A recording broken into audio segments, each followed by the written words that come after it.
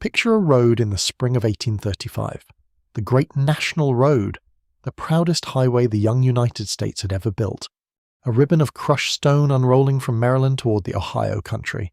On a good day it was the marvel of the age, but tonight, after a night of rain, it is a river of mud, and somewhere along it a Conestoga wagon has sunk to its axle tree in the muck, its 6 horses lathered and blowing, the driver up to his knees in cold brown soup, heaving at a wheel that will not turn. And here is the truly astonishing part, the part that ought to keep you up at night if anything could. For the family living in the farmhouse a quarter-mile off that famous road, this was the edge of the known world. That highway ran all the way to the ocean in one direction and to the frontier in the other, and most of the people who could see it from their own front door would never once follow it to either end. They would be born within sight of that road, marry within a day's walk of it, and be buried in a churchyard you could have reached from their cradle in an afternoon. We think of the 19th century as the age of pioneers and wagon trains and restless motion, and some of it truly was. But for the ordinary farming family, which is to say for most people alive in America at the time, the real story was the opposite of motion. It was staying put. It was a whole life measured out in a circle perhaps 10 miles across, and tonight, gently, unhurriedly, you're going to live inside that circle with me. So before you get comfortable, take a moment to like the video and subscribe, but only if you genuinely enjoy what I do here. And if you feel like it, tell me down in the comments where in the world you're listening from tonight and what the local time is. I love scrolling through and seeing all the little lamps still lit across the planet, all of you drifting off in 100 different time zones, while some poor farmer 2 centuries gone tries to dig his wagon out of the mud. Now, dim the lights, maybe turn on a fan for that soft background hum, and let's ease into tonight's journey together. Here is the fact to start us off, the one that surprises people most.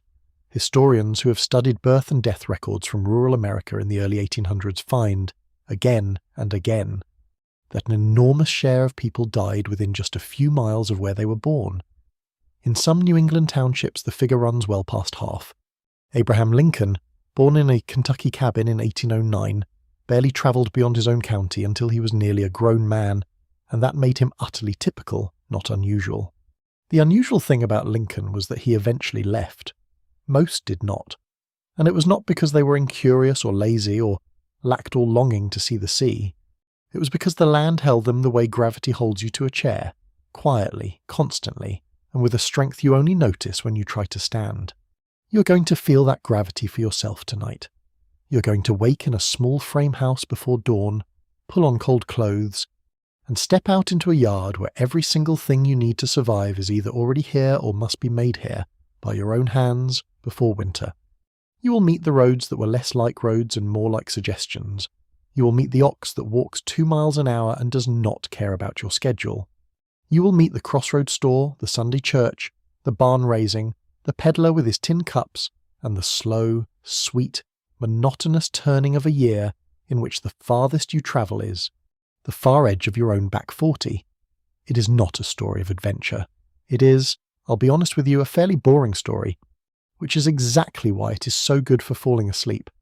And I want to be clear about something before we go any further, because it matters. Staying put was not the same as being trapped, not always, and not for everyone. There was a whole world inside that 10-mile circle, a world of neighbours and weather and animals and small triumphs, of a bumper crop of wheat or a heifer that calved without trouble, of a fiddle at a husking bee and the smell of cider going hard in the cellar. People built entire, complete, meaningful lives without ever seeing a city, and they did not necessarily feel poorer for it.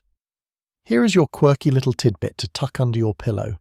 In many rural districts, a person's whole sense of far away was calibrated to the county seat. The little town with the courthouse where you paid your taxes once a year, and a trip there, perhaps 8 or 12 miles, was talked about for weeks beforehand and weeks after, the way you or I might talk about flying to another continent.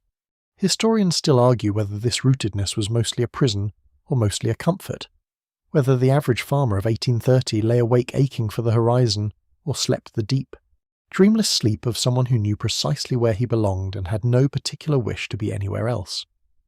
We will never fully know, because the people who could have told us were, for the most part, too busy or too tired to write it down. But we can walk through their days, We can feel the shape of that circle from the inside, and we can let its slow rhythm carry us mile by unhurried mile towards sleep. So settle in. The rain has stopped. Somewhere down the road the wagon is still stuck, but that is not our problem tonight. Our problem, our lovely, small, manageable problem, is simply to get through one ordinary day in a world that ended at the tree line. So let's begin where every farm day began, which is in the dark. It is perhaps 4:30 in the morning, and you're lying under a heavy quilt in a small upstairs room. And the thing that wakes you is not a sound, but a temperature. The particular deep cold of a house where the fire has burned down to a few orange coals overnight. There is no thermostat, no furnace breathing warm air through the walls. There is a fire, and the fire has gone out, and until you go down and coax it back to life, this house is exactly as cold as the world outside.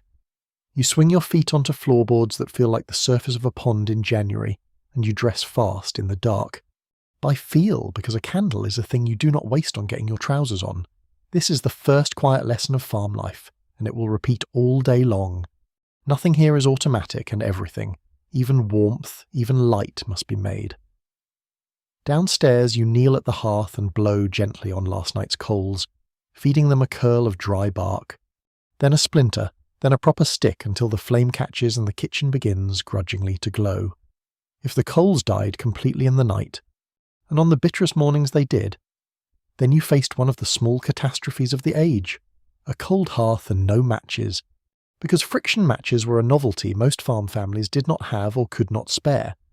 You might have to walk to a neighbour's to borrow fire, carrying a few live coals home in an iron pot, cupping them against the wind like the most precious thing you own, which, at that hour, it very nearly is.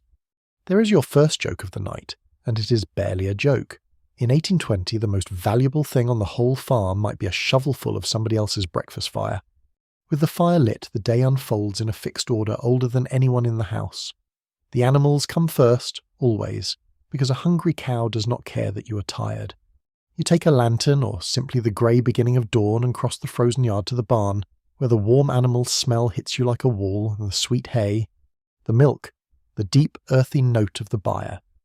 You milk by hand, forehead against the cow's warm flank, the two thin streams hissing into the pail in a rhythm so steady it could put you to sleep right where you sit. And here is a real fact worth holding on to. On a self-sufficient farm, that cow was not a luxury but a small factory. Her milk became cream, the cream became butter. The butter was one of the very few things you could sell or trade for cash, and the buttermilk left behind fed the pigs. Nothing was wasted. Nothing could afford to be. Back and forth you go in the half-light, hay pitched to the horses, corn scattered to the hens who come grumbling out of their roost. The pigs slopped, the water hauled from the well or the spring in buckets that seem to double in weight by the 10th trip. Your hands are cold and then wet and then colder. The sun, when it finally clears the tree line, does not so much rise as leak into the sky. Pale and businesslike, and by then you have already done more physical labour than many modern people do in a week. And you have not yet eaten. Breakfast waits until the animals are fed, because that is simply the order of things, and the order of things on a farm has the force of law. Now step back for a moment, because I want you to see the shape of it. Everything you have done so far this morning ties you invisibly to this exact patch of ground. The cow must be milked here, twice a day, every single day, which means somebody must be here every single day. The fire must be tended, the animals must be watered. A farm is a living thing that cannot be paused, and it is this, more than bad roads or poverty or lack of curiosity, that first explains our whole question. Why most people never left. You could not simply lock the door and go see Philadelphia. There was no locking the door on a milk cow. The farm was a set of obligations that renewed themselves before dawn, faithfully, cruelly, lovingly, day after day after day, and those obligations were a chain far stronger than any wall.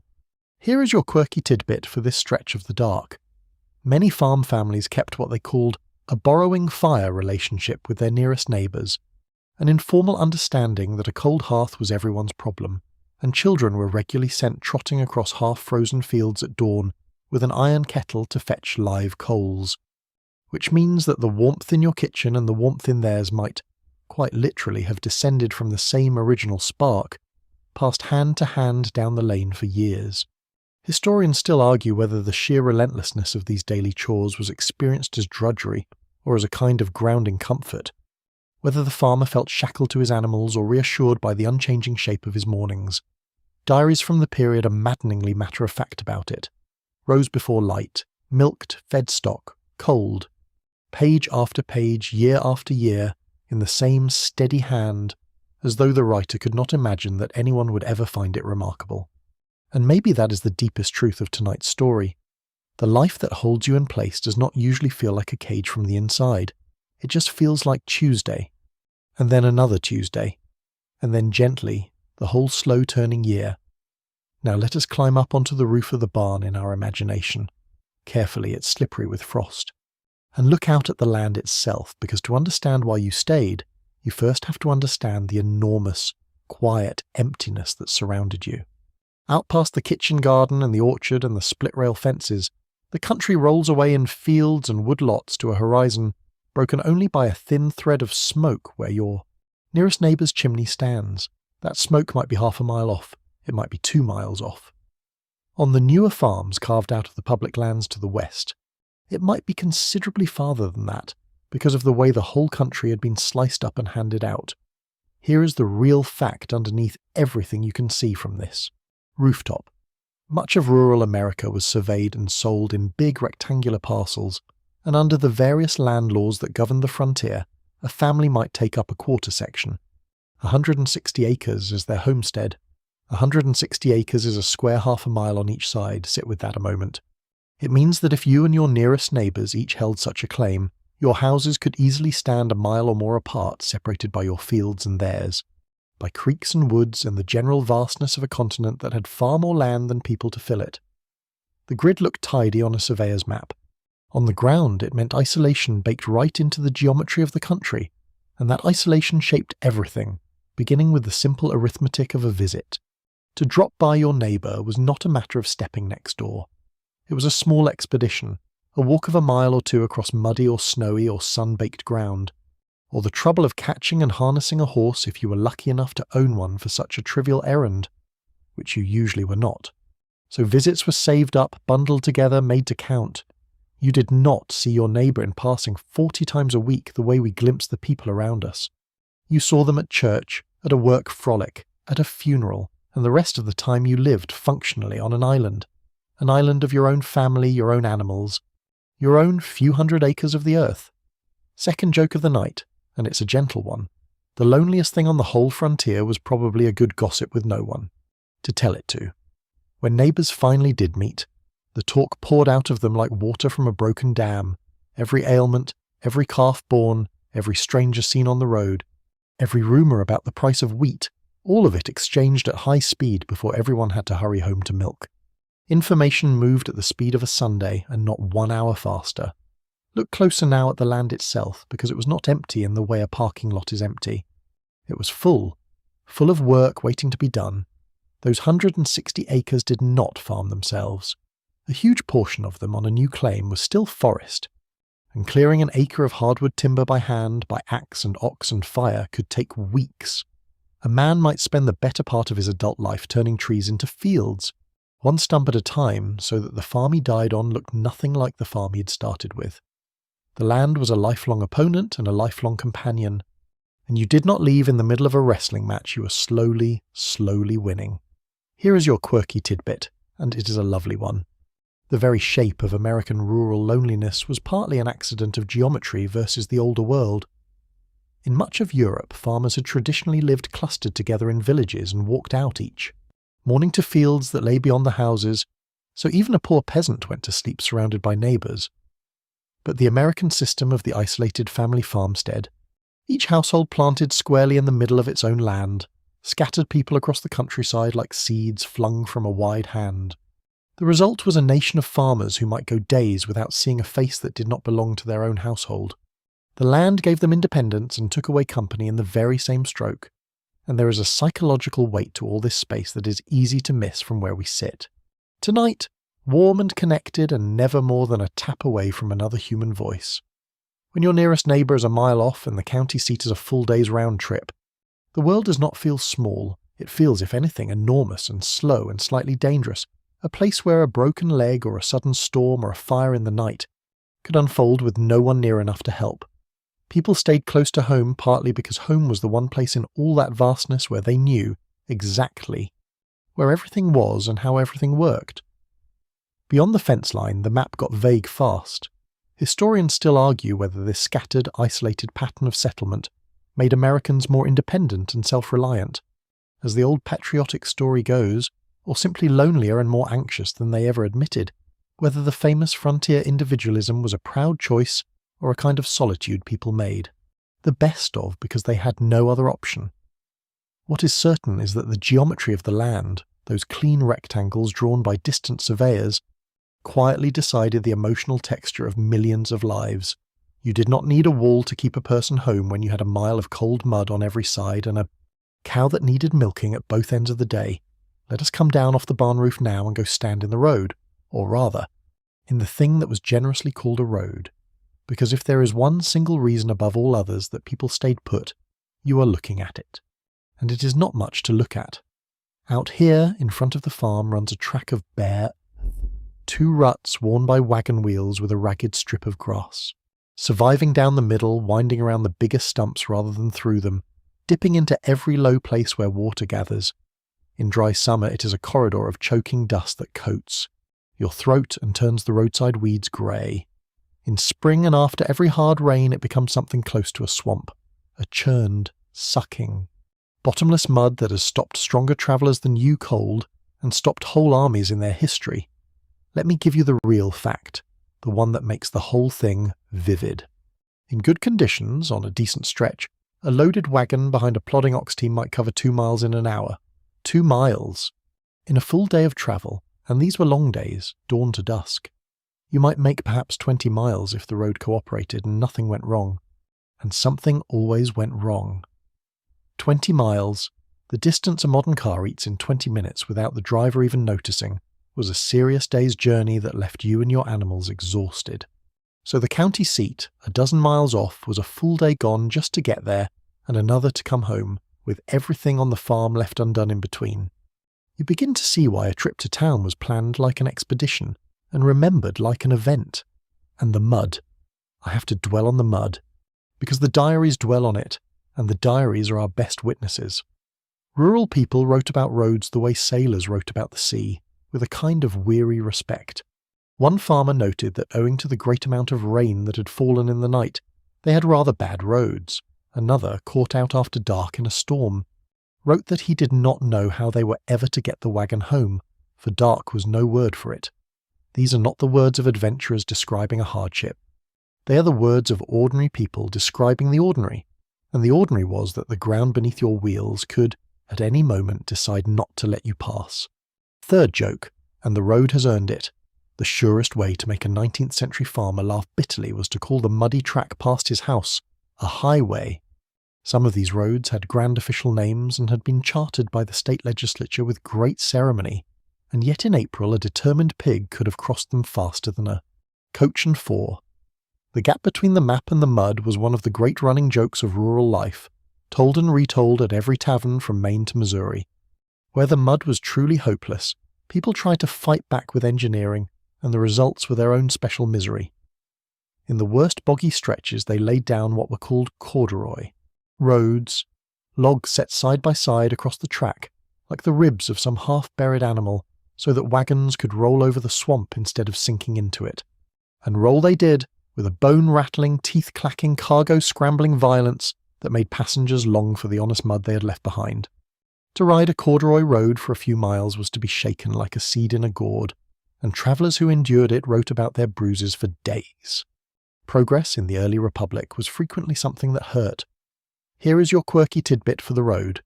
In many districts, the law required able-bodied men to spend a certain number of days, each year working on the local roads in lieu of paying a tax, turning up with their own shovels and ox teams to fill ruts and clear brush.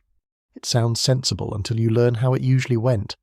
A crowd of farmers who would all rather have been home doing the minimum required to satisfy the overseer, patching the road just enough to survive until the next rain washed their work away.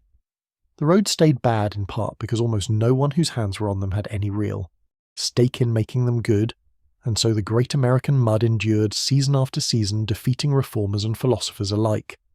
Think about what all this meant for the simple question of leaving. To go anywhere real, a city, the coast, a relative 3 counties over, you had to commit days, sometimes weeks, to crawling across this treacherous ground, exposed to weather, breakdown, and the genuine risk of being stranded. Every mile cost you effort and daylight and the safety of your animals. And waiting for you at home was that unpausable farm, the cow and the fire and the fences calling you back. So the road, far from being a promise of escape, was mostly an argument for staying home. It whispered the same thing to every farmer who stood where you're standing now and looked at its ruts running off toward the horizon. Are you quite sure this is worth it? And most of the time, honestly, it wasn't. Historians still argue whether America's famously wretched early roads actually held the country back, or, strangely, pushed it forward. Whether the misery of overland travel is what drove the young nation to pour its energy so fiercely into canals and then railroads, leapfrogging good roads almost entirely. What no one disputes is that for the ordinary farmer of the early 1800s, the road was less a ribbon of possibility than a wall of mud, and walls, however soft and brown and passable looking, have a way of keeping people exactly where they are. Suppose, though, that you did decide to travel, that there was a wedding 2 townships over, or a sick parent, or a market where your wheat might fetch a better price. What would carry you? The honest answer, for most of the century and most of the people, is your own 2 feet.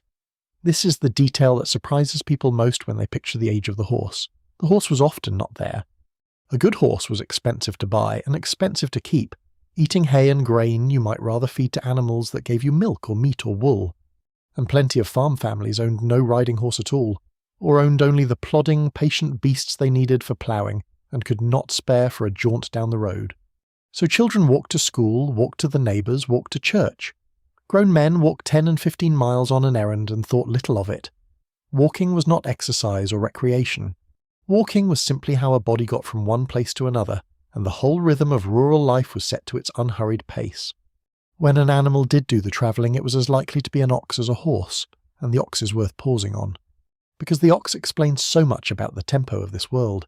An ox is enormously strong, wonderfully cheap to keep, calm and durable, and slow, gloriously, immovably slow. An ox team hauling a loaded wagon moves at roughly the speed of a person strolling, about 2 miles in an hour, and no amount of shouting or wishing will hurry it. There is a real dignity to that pace, but there is no arguing with it. If your destination was 15 miles off, the ox had opinions about how long that would take, and its opinion was, all day. You did not so much drive an ox as negotiate with a very large, very patient committee of one. Here is your first joke for this stretch. A man in a hurry with an ox team was simply a man who was going to be disappointed slightly later than he expected. The ox turned every journey into a meditation, whether you wanted one or not. The real fact to anchor all this, because animals were valuable and travel was hard on them, people were genuinely reluctant to spend an animal on a trip. Every mile you hauled a horse or ox down a rough road was wear on a creature you could not easily replace, where that might mean a lame animal at ploughing time and a ruined season. Rural account books are full of the careful economy of animal labour, who borrowed whose team, who owed a day's ploughing in return, how a neighbour's colt was hired for the spring work. The animal was capital, the most valuable moving thing most families owned, and you did not fling capital down a muddy highway for the sake of curiosity. You saved it for the work that fed you. And even the lucky families with a horse and a light wagon or a buggy faced the plain physics of the thing. A horse and buggy on a fair road might make you 6 or 8 miles in an hour, a great improvement over the ox, a genuine liberation. But the road was rarely fair. The horse had to rest and be watered, and the same animal had a farm's worth of work waiting at home. The buggy widened your circle. It did not erase it. It turned a 10-mile world into perhaps a 20-mile world, which felt like enormous freedom to the people who had it, and would feel like a prison to us. Your quirky tidbit here is a charming one. Horse people and ox people quietly look down on each other in the gentle, eternal way that owners of different tools always do. Oxmen praised their animals as steady, honest and cheap, and muttered that a horse was a nervous, delicate, hay-burning show-off waiting to break its leg in a groundhog hole. Horsemen praised their animals as quick and willing and admitted the ox was strong. in the tone you might use to admit that a boulder is strong. The debate ran through farm country for generations and was never settled because both sides were completely right. Consider what this meant for a young person dreaming, as young people do, of somewhere else. The city might be 40 miles off. 40 miles is nothing to us. But 40 miles by foot was a punishing multi-day walk. 40 miles by ox was 2 full days each way, and either way, at the end of it, you arrived tired, filthy, and with no obvious means of support in a place where you knew no one. The friction of distance did not just make leaving hard, it made leaving feel unserious. A fantasy that dissolved the moment you did the arithmetic of harnesses and daylight and worn hooves. The world beyond the county was not forbidden. It was simply, always, a little too far to be worth the walk.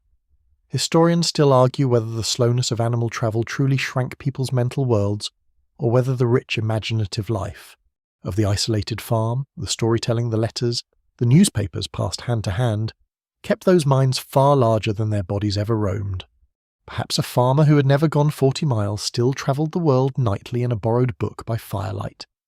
But his feet stayed home, tied to the pace of the ox and the reach of his own 2 legs, and where the feet cannot easily go, the whole shape of a life tends, quietly to follow.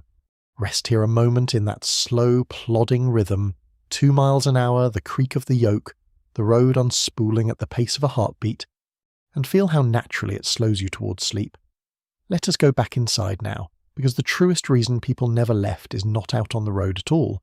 It is here, in the cellar, in the smokehouse, in the garden, in the astonishing fact that this farm fed itself almost entirely from its own ground. Come down the wooden steps into the root cellar with me, into the cool, earthy dark that smells of soil and apples and the sharp green ghost of cabbages. Your eyes adjust and you begin to see the shape of survival. Bins of potatoes banked in sand, turnips and carrots and beets buried in more sand to keep them from sprouting, barrels of apples, crocks of salted pork, wheels of cheese, strings of dried beans and drying herbs hanging from the joists like the decorations of some very practical church. This cellar is the reason you can stay. This cellar is the whole argument. Here is the fundamental fact of the self-sufficient farm, and it changes how you see everything else. The family produced almost all of its own food, and the whole calendar bent toward putting that food by before the cold came. There was no store to run to in February, or rather the store was far away and had little you could afford. So the real store was this cellar, this smokehouse, these shelves of preserves, all filled by your own labour across the growing year. You did not shop for winter. You built winter, jar by jar and bin by bin, all summer and fall, and if you built it badly you went hungry, and it was as simple and as serious as that. Think of the sheer range of skill it demanded. You grew the vegetables and knew exactly when to pull each kind for keeping. You raised the pig, and come the first hard cold of late autumn you killed it and turned it, over a few frantic days, into hams and bacon and sausage and salt pork and rendered lard and head cheese, wasting almost nothing, because a wasted pig was a hungry march. You kept bees for honey because sugar was a bought luxury. You pressed apples into cider, and let some of the cider turn to vinegar for pickling, and some turn hard for drinking, and dried more apples in rings to sweeten the winter. Every one of these was a craft with its own timing and its own risks, and every family had to know all of them at once. Your first joke here is an honest one. The 19th century farm wife was expected to be simultaneously a farmer, a butcher, a baker, a brewer, a doctor, a seamstress, a teacher, and a chemist, and her reward for mastering 8 professions was the opportunity to do all of them again the next day. If she ever complained, the diaries mostly do not record it, probably because she did not have a free hand to hold the pen. The preserving itself was a kind of quiet science practiced without any of the theory. Nobody in that cellar knew what a microbe was, yet they had inherited, through generations of trial and error, a whole toolkit for defeating them: salt to draw out moisture and starve rot, smoke to cure and flavour meat, sugar and vinegar and the sealing of crocks under fat or wax, the cold dark of the cellar itself to slow decay. When it worked, a family ate through the whole dead season on food harvested months before. When it failed, when the pork spoiled, when the potatoes rotted in a wet cellar, when the weevils got into the grain, there was no backup, no other cellar, no calling out for supper. The margin between a full winter and a lean one was the width of a few careless mistakes in October. Your quirky tidbit here will make you smell autumn. Many farms timed the whole grim business of hog killing to the first reliably cold snap, because you needed the weather itself to keep the fresh meat from spoiling while you worked through the carcass, and so the killing frost and the killing of the hogs came together, one signalling the other. Whole neighbourhoods would butcher in the same week, the cold air sharp with wood smoke and the particular tang of the work, children running underfoot, the men at the scalding barrels, the women at the rendering kettles, and by the end of it, every cellar and smokehouse for miles was stocked against the dark. It was gruesome and it was festive and it was, above all, absolutely necessary. Now hold this thought against our question. If everything you eat comes from this ground and these outbuildings, and if the food must be grown and gathered and preserved in a relentless seasonal sequence that never once lets up, then when, exactly, were you going to leave? The garden needed you in spring and summer, the harvest needed you in fall, the animals needed you always. To walk away for a month was to walk away from your own winter, larder, and no one who had ever been hungry in February would do that lightly. The farm did not keep you home with walls. It kept you home with your own stomach and the memory of every lean spring that had ever come before.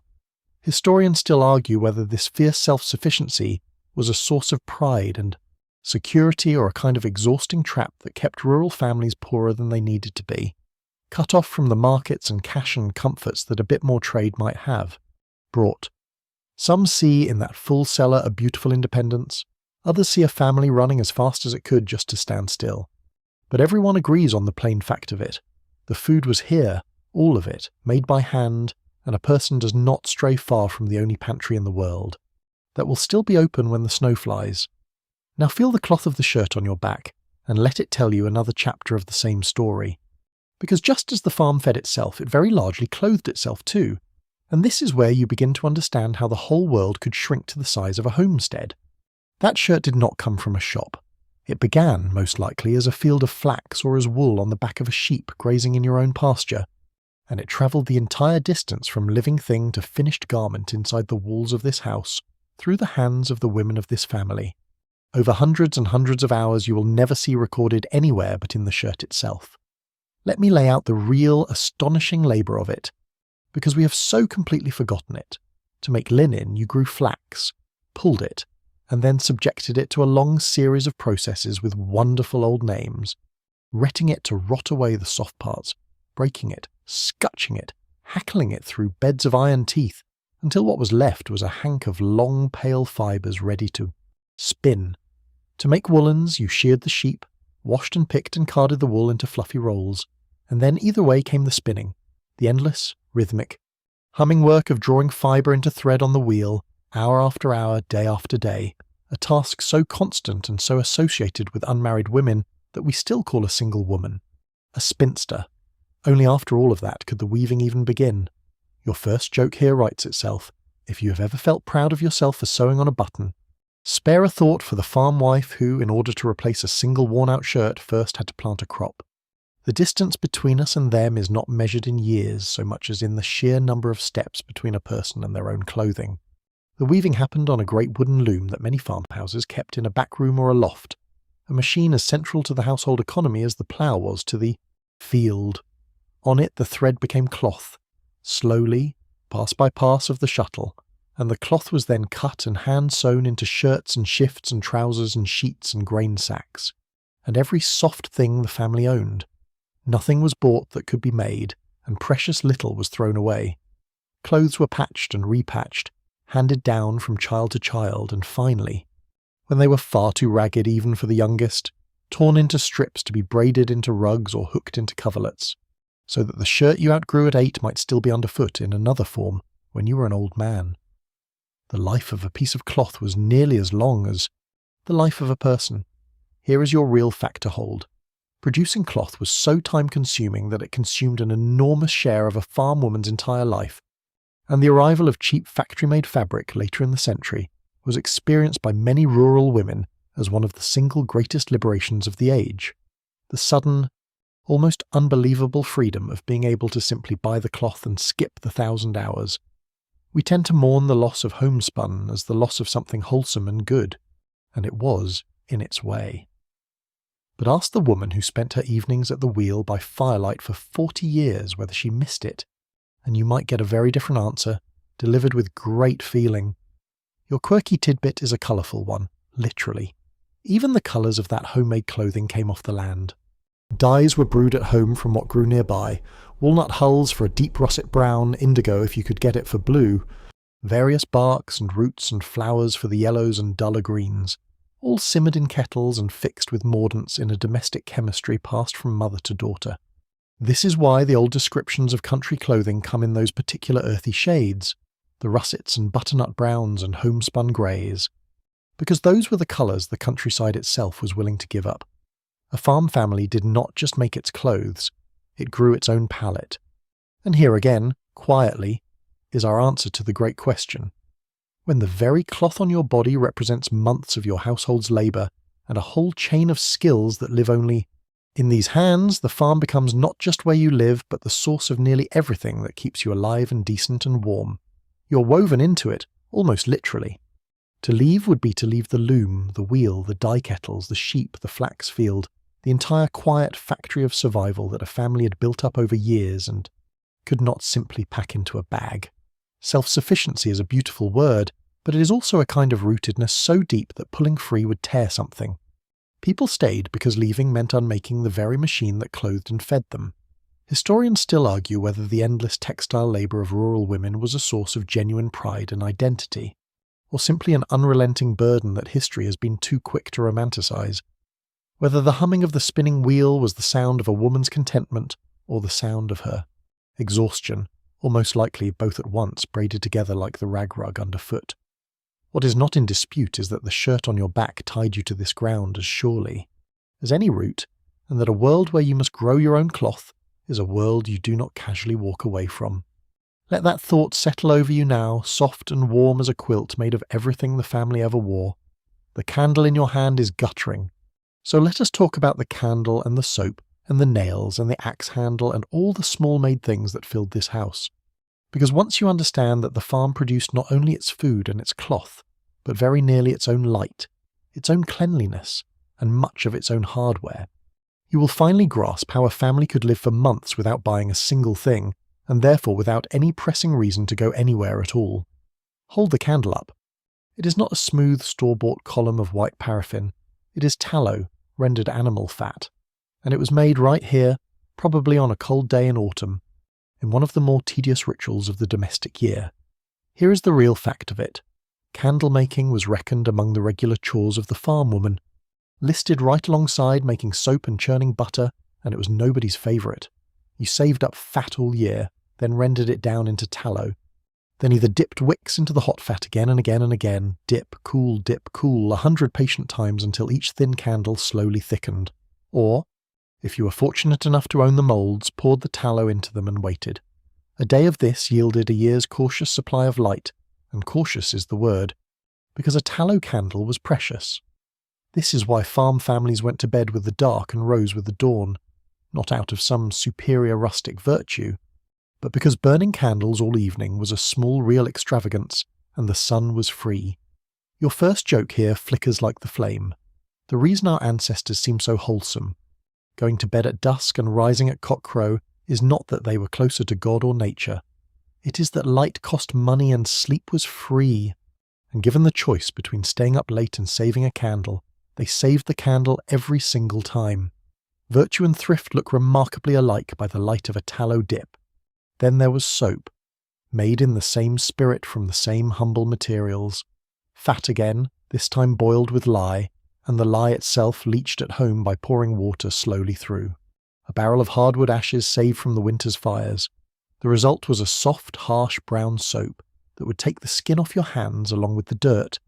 But it was your soap made from your ashes and your fat, and it cost you nothing but labour and a certain amount of chemical peril. Soap-making day was pungent, caustic, and dangerous enough that it earned its own place in the calendar of dreaded chores, and yet it too freed the family from the store. Even getting clean was something you manufactured, and it did not stop at light and soap. The farm was, of necessity, its own workshop. A capable farmer mended his own harness, helved his own axes and hoes, split his own rails and shingles, cobbled rough repairs to his own boots, and built or fixed most of what broke, because the alternative, hauling every broken thing miles to a distant craftsman, and paying scarce cash for the work, was a last resort. Not a first one. There were real specialists, and we will meet them. The blacksmith who forged what could only be forged, the miller who ground the grain. But the daily default was self-repair. The farm ran on the assumption that the people living on it could, between them, make or fix nearly anything, and remarkably often they could. Your quirky tidbit here is a small marvel of thrift. Even the ashes had value beyond soap. Wood ashes, and the potash rendered from them, were among the very first things a frontier family could actually sell for cash, gathered from the great burns of clearing the land and hauled to a merchant who shipped them off to make glass and gunpowder and fertilizer. So a family clearing its forest was, in a sense, selling the smoke, turning the ashes of the trees it burned into the first hard money it ever saw. Nothing on the farm was too humble to be useful, not even what was left after the fire. Stand back now and look at what we have assembled over these last few sections: a household that grows its food, preserves its food, raises and shears its own fibre, spins and weaves and sews its own cloth, dyes that cloth with plants from the yard, renders its own light, boils its own soap, and repairs its own tools. What does such a household actually need from the outside world? Astonishingly little. A bit of salt, some iron, maybe gunpowder, and a few things too hard to make at home. And it is precisely this near-total self-sufficiency that answers our question more completely than any bad road ever could. You did not leave the farm because the farm had made itself into a small, complete world that supplied nearly your every need. Leaving was not blocked so much as it was unnecessary. Why undertake a hard journey to buy what your own hands already made? Historians still argue whether this homemade world represented a proud and genuine independence, or simply the grinding poverty of people who bought nothing because they could afford nothing. Whether the self-made candle was a symbol of freedom or a symptom of a cash-starved life at the very edge of the market economy. The truth, as usual, is likely stitched from both. But by the light of that little tallow flame, guttering now toward its end, one thing is clear. A family that makes its own light does not often go searching for it elsewhere. Let the candle burn down. You know how to make another. And in a world where you can make your own light, the darkness outside the farm holds a little less pull. Let us follow the woman of the house through a whole week now, because if the man's world was the field and the barn, hers was a domain just as vast and just as fixed, and its unchanging weekly rhythm is one of the loveliest, most sleep-inducing patterns in all of history. Rural households ran on a schedule so widely shared that it was almost a folklore, a sequence of days each with its own great task, repeated through the years until it wore a groove in time itself. Let me walk you through it day by day, and feel how the very regularity of it begins to slow your breathing. Monday was wash day, and wash day was war. Before anything else, water had to be hauled, bucket after heavy bucket from the well or spring, and heated over the fire in great kettles because there was no tap and no water heater, only muscle and flame. Then the clothes were scrubbed by hand against a board with that harsh homemade soap wrung out by main strength, rinsed, wrung again, and hung to dry, and if it rained they were draped, dripping and steaming all through the house. It was hot, wet, back-breaking work that consumed the entire day, and left the strongest woman aching, and it came around faithfully every single week. This is why Monday earned its reputation. The week did not ease you in gently. It threw you straight into the hardest labour first. Your first joke here is a rueful one. Whenever someone waxes nostalgic about the simple, peaceful life of the old farmhouse, the ghost of every farm wife who ever faced a Monday wash tub is entitled to rise up and quietly ask them to try it once. Just once, and then say that word simple again with a straight face. Tuesday, mercifully, was often ironing and mending day, which at least let you sit, though ironing meant heating heavy iron slabs on the stove and pressing with them until your arm gave out, swapping a cooled iron for a hot one in an endless rotation, and mending meant the constant, patient repair that kept a family's small stock of clothing alive for years past its natural death. Wednesday was frequently a baking day, the kitchen warm and floury and smelling of the week's bread. Thursday, in many households, was the day set aside for churning butter and for a thorough cleaning of the house. Friday brought more cleaning and preparation, and Saturday another round of baking so that there would be food enough to carry the family through a Sunday on which, in observant homes, as little work as possible would be done. Round and round it went. The real fact worth carrying away is that this was not one woman's quirk but a broadly shared national rhythm The same rough sequence of wash day and baking day and churning day turning over in countless farmhouses at once, so that on any given Monday the whole rural landscape was, in a sense, doing its laundry together. It was a calendar written not in ink but in labour, and it bound the household to the home as firmly as the cow bound the man to the barn. You cannot easily travel when Monday is wash day, and the wash simply will not wait, when the bread must be baked on Saturday or there is no bread. On Sunday, the week itself had a gravity, and its centre of mass was the kitchen. Your quirky tidbit here is a satisfying one. The old rhyme that some of us still half remember, wash on Monday, iron on Tuesday, and so on through the week, was not a nursery invention, but a real mnemonic for a real system, a little verse that encoded the actual working schedule of the pre-industrial household, taught to girls the way multiplication tables are taught to children now. The rhyme survived long after the schedule that produced it, floating free of its origins, so that we chant the ghost of a farm week without ever knowing that is what it is. And there is a deep and quiet point folded into all this domestic order, one that speaks straight to tonight's question. A life this thoroughly structured, this full of non-negotiable daily and weekly obligations that each depended on being home, simply did not leave room for going away. The man could not leave the animals, the woman could not leave the week. Between the two of them, every single day of every single week already had its master and its task, and there was no slack in the system, no empty afternoon into which a journey could be fitted. The farm did not forbid travel with a rule, it forbade it by being at every hour already full. Historians still argue whether this rigid domestic routine oppressed the women who lived it, or, in a strange way, sustained them.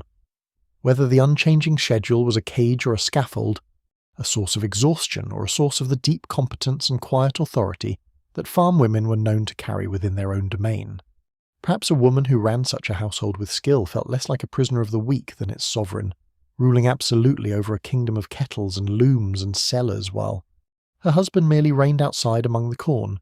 We cannot know for certain, but we can feel the rhythm of it, that slow, reliable turning of Monday into Tuesday into Saturday, and let its steadiness rock us gently toward the edge of sleep.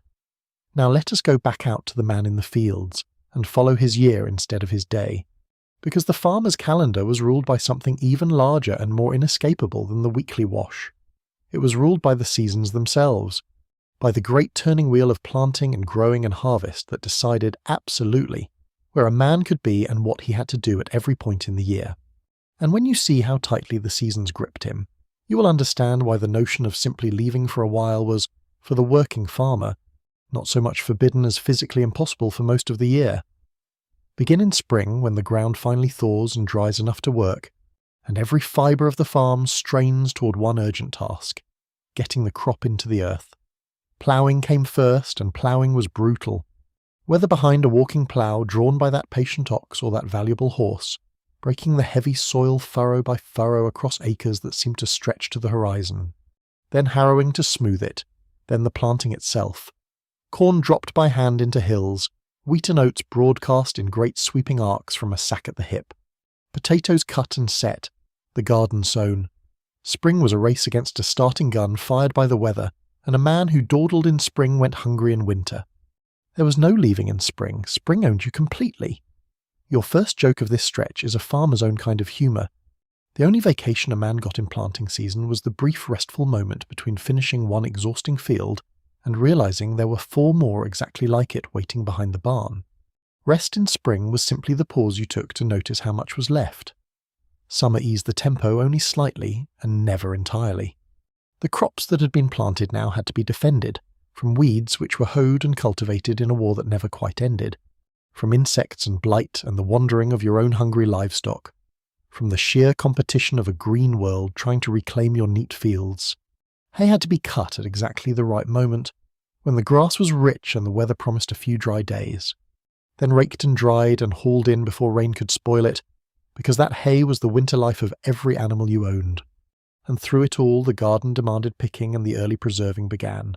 Summer was less a race than a siege, a long grinding season of maintenance under a hot sun, and it, too, held you fast to the land. The real fact at the heart of the farming year is the one we least like to remember in our age of supermarkets. Everything depended on hitting each window of weather at exactly the right time, and those windows did not wait. Cut your hay too late and it lost its goodness. Harvest your wheat too early and it was green, too late and it shattered and fell and rotted in the field. The margin was days, sometimes hours. A farmer read the sky the way we read a clock, and when the sky said now, he worked from before dawn until he could no longer see. And the idea of being anywhere but his own fields at such a moment was simply unthinkable. You do not take a trip during your one chance to secure the year's food. Then came autumn, and autumn was the reckoning. The great harvest when everything the year had grown had to be gathered, and gathered fast before frost and rot and winter took it. The corn was cut and husked, the wheat and oats reaped and threshed, the potatoes and roots dug and cellared, the apples picked and pressed, the pig killed, the meat cured, the wood cut and split and stacked against the cold. Autumn was the busiest season of all, a frantic, exhausting, glorious accumulation of everything that would keep the family alive through the dead months, and only when it was all in, the cellar full, the woodpile high, the animals provisioned, only then, in the dead of winter, did the farmer finally have a little slack in his year. Your quirky tidbit is exactly that irony. The one season a farmer might conceivably have travelled, deep winter, was the very season when travel was hardest, the roads frozen into iron ruts or buried under snow, or dissolved by thaw into that bottomless mud we met earlier. So the year handed the farmer his only free time wrapped inside its worst conditions for going anywhere, a cosmic joke so perfectly cruel it almost has to be admired. He was busy exactly when the roads were passable, and free exactly when they were not.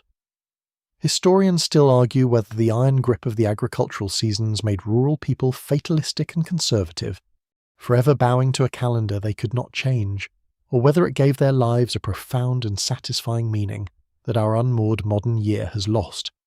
The deep contentment of work that matched the turning of the earth itself. What is certain is that the seasons, even more than the roads or the animals or the weekly wash, decided the farmer's whereabouts. He stayed because the ground told him to stay, in spring and summer and fall, and by winter, when the ground finally released him. The snow had closed the door. Let that great slow wheel turn in your mind now, plant, tend, harvest, rest, and let its ancient rhythm carry you down towards sleep. Let us kneel down now to the height of a child, because the children of these farms lived inside the same small circle as their parents, and the way their whole world was shaped from birth is perhaps the gentlest and most telling part of tonight's story. A farm child was not a spectator of this life, but a working part of it, almost from the moment they could walk, and their horizon, the farthest they had ever been, the largest place they had ever seen, was often astonishingly close to home well into their growing years. Consider what a child's day held. There were chores fitted exactly to their size and strength, handed out young and taken for granted. The small children gathered eggs and fed the chickens and carried kindling and rocked the baby. The older ones hauled water, weeded the garden, drove the cows to and from pasture, helped with the milking, minded the younger ones. Nothing about this was considered cruel or unusual. A farm was a machine that needed every pair of hands it had, and children were hands that grew more capable each year, apprenticed to survival itself from the time they could be trusted not to fall in the well. By the age when a modern child is learning to read chapter books, a farm child might already be responsible for animals whose lives depended on being fed. Your first joke here is a tender one. The farm child's version of being sent to their room was being sent to the far pasture to fetch the cows, which is to say that even punishment on a farm somehow ended in unpaid labour. There was in that world almost no situation a parent could not somehow convert into a chore. Schooling, where it existed, only reinforced the smallness of the circle. The country school was a single room, often a rough building at a crossroads within walking distance of the farms it served, holding children of every age together under one usually young and usually overworked teacher. And crucially, school bent around the farm, not the other way round. Children attended when they could be spared, which meant the school year had great holes torn in it by planting and harvest, when every child old enough to work was needed in the fields. A boy might get a few winters of real schooling in total and count himself lucky, having learned his letters and his sums in the one season when the farm could do without him, then put the book down for good when spring called him back to the plough. The real fact to hold here is sobering and important. For a great many rural children, formal education was thin, interrupted, and brief, subordinate always to the needs of the farm. And yet these same children often emerged extraordinarily capable in the ways their world actually demanded, able to judge weather and soil, to handle animals, to build and mend and preserve and make, carrying a vast practical knowledge that no schoolhouse taught. Their education was the farm itself, and by that measure they were not ignorant at all, but deeply, thoroughly learned in the only curriculum that kept them alive. It was book learning that was the luxury, squeezed into the margins of a life whose real lessons were written in dirt and weather. Your quirky tidbit here will make you smile. In many a one-room school, the children took turns bringing wood for the stove and water for the bucket, and the whole school drank from a single dipper passed hand to hand down the rows. Arrangement that spread both community feeling and, one imagines, every cold and cough within 10 miles with magnificent efficiency. The schoolhouse was the great mixing pot of the district, the one place where the scattered children of all those isolated farms actually came together, and what they shared there was not only lessons but quite literally the same cup. Now think about what this childhood did to a person's sense of the possible. If you grow up having never seen a town larger than the village with the mill, never met more people than fill a country church, never travelled farther than a day's walk from your own door, then the wider world is not a real place you might go to. It is a rumour, a thing in books and in the traveller's tales as distant and abstract as the moon. Many farm children reached adulthood having quite literally never seen the ocean, a city, a mountain range, or a body of water larger than the mill pond, and so the circle they were born into became the circle their imaginations lived in too. You do not yearn very hard for what you cannot even picture. Historians still argue whether this rooted, work-filled, lightly schooled childhood was a deprivation we should pity or a richness we have lost. Whether these children were cheated of the wider horizons and formal learning every child deserves, or gifted with a security, a competence, and a deep belonging that modern childhood, for all its opportunities, rarely provides. Perhaps a child who knew every tree and creek and animal within a mile of home, who was needed and useful and woven tightly into a family's survival, possessed something we have traded away. Perhaps they simply never got to see the sea. Both things can be true, and they usually were, sitting side by side in the same small life. Rest there a while in the warm smallness of that childhood world, where the farthest edge of everything was the far pasture, and the whole of the earth was close enough to walk. Let us talk now about money, or rather about its strange near absence, because one of the deepest reasons people stayed put is that they had almost no cash, and a world without cash is a world where you cannot easily go anywhere, since going anywhere costs money that you do not have and cannot get. The self-sufficient farm we have been exploring had a hidden feature we have not yet named. It ran, to a remarkable degree, without coins at all. Wealth on such a farm was not money in a purse.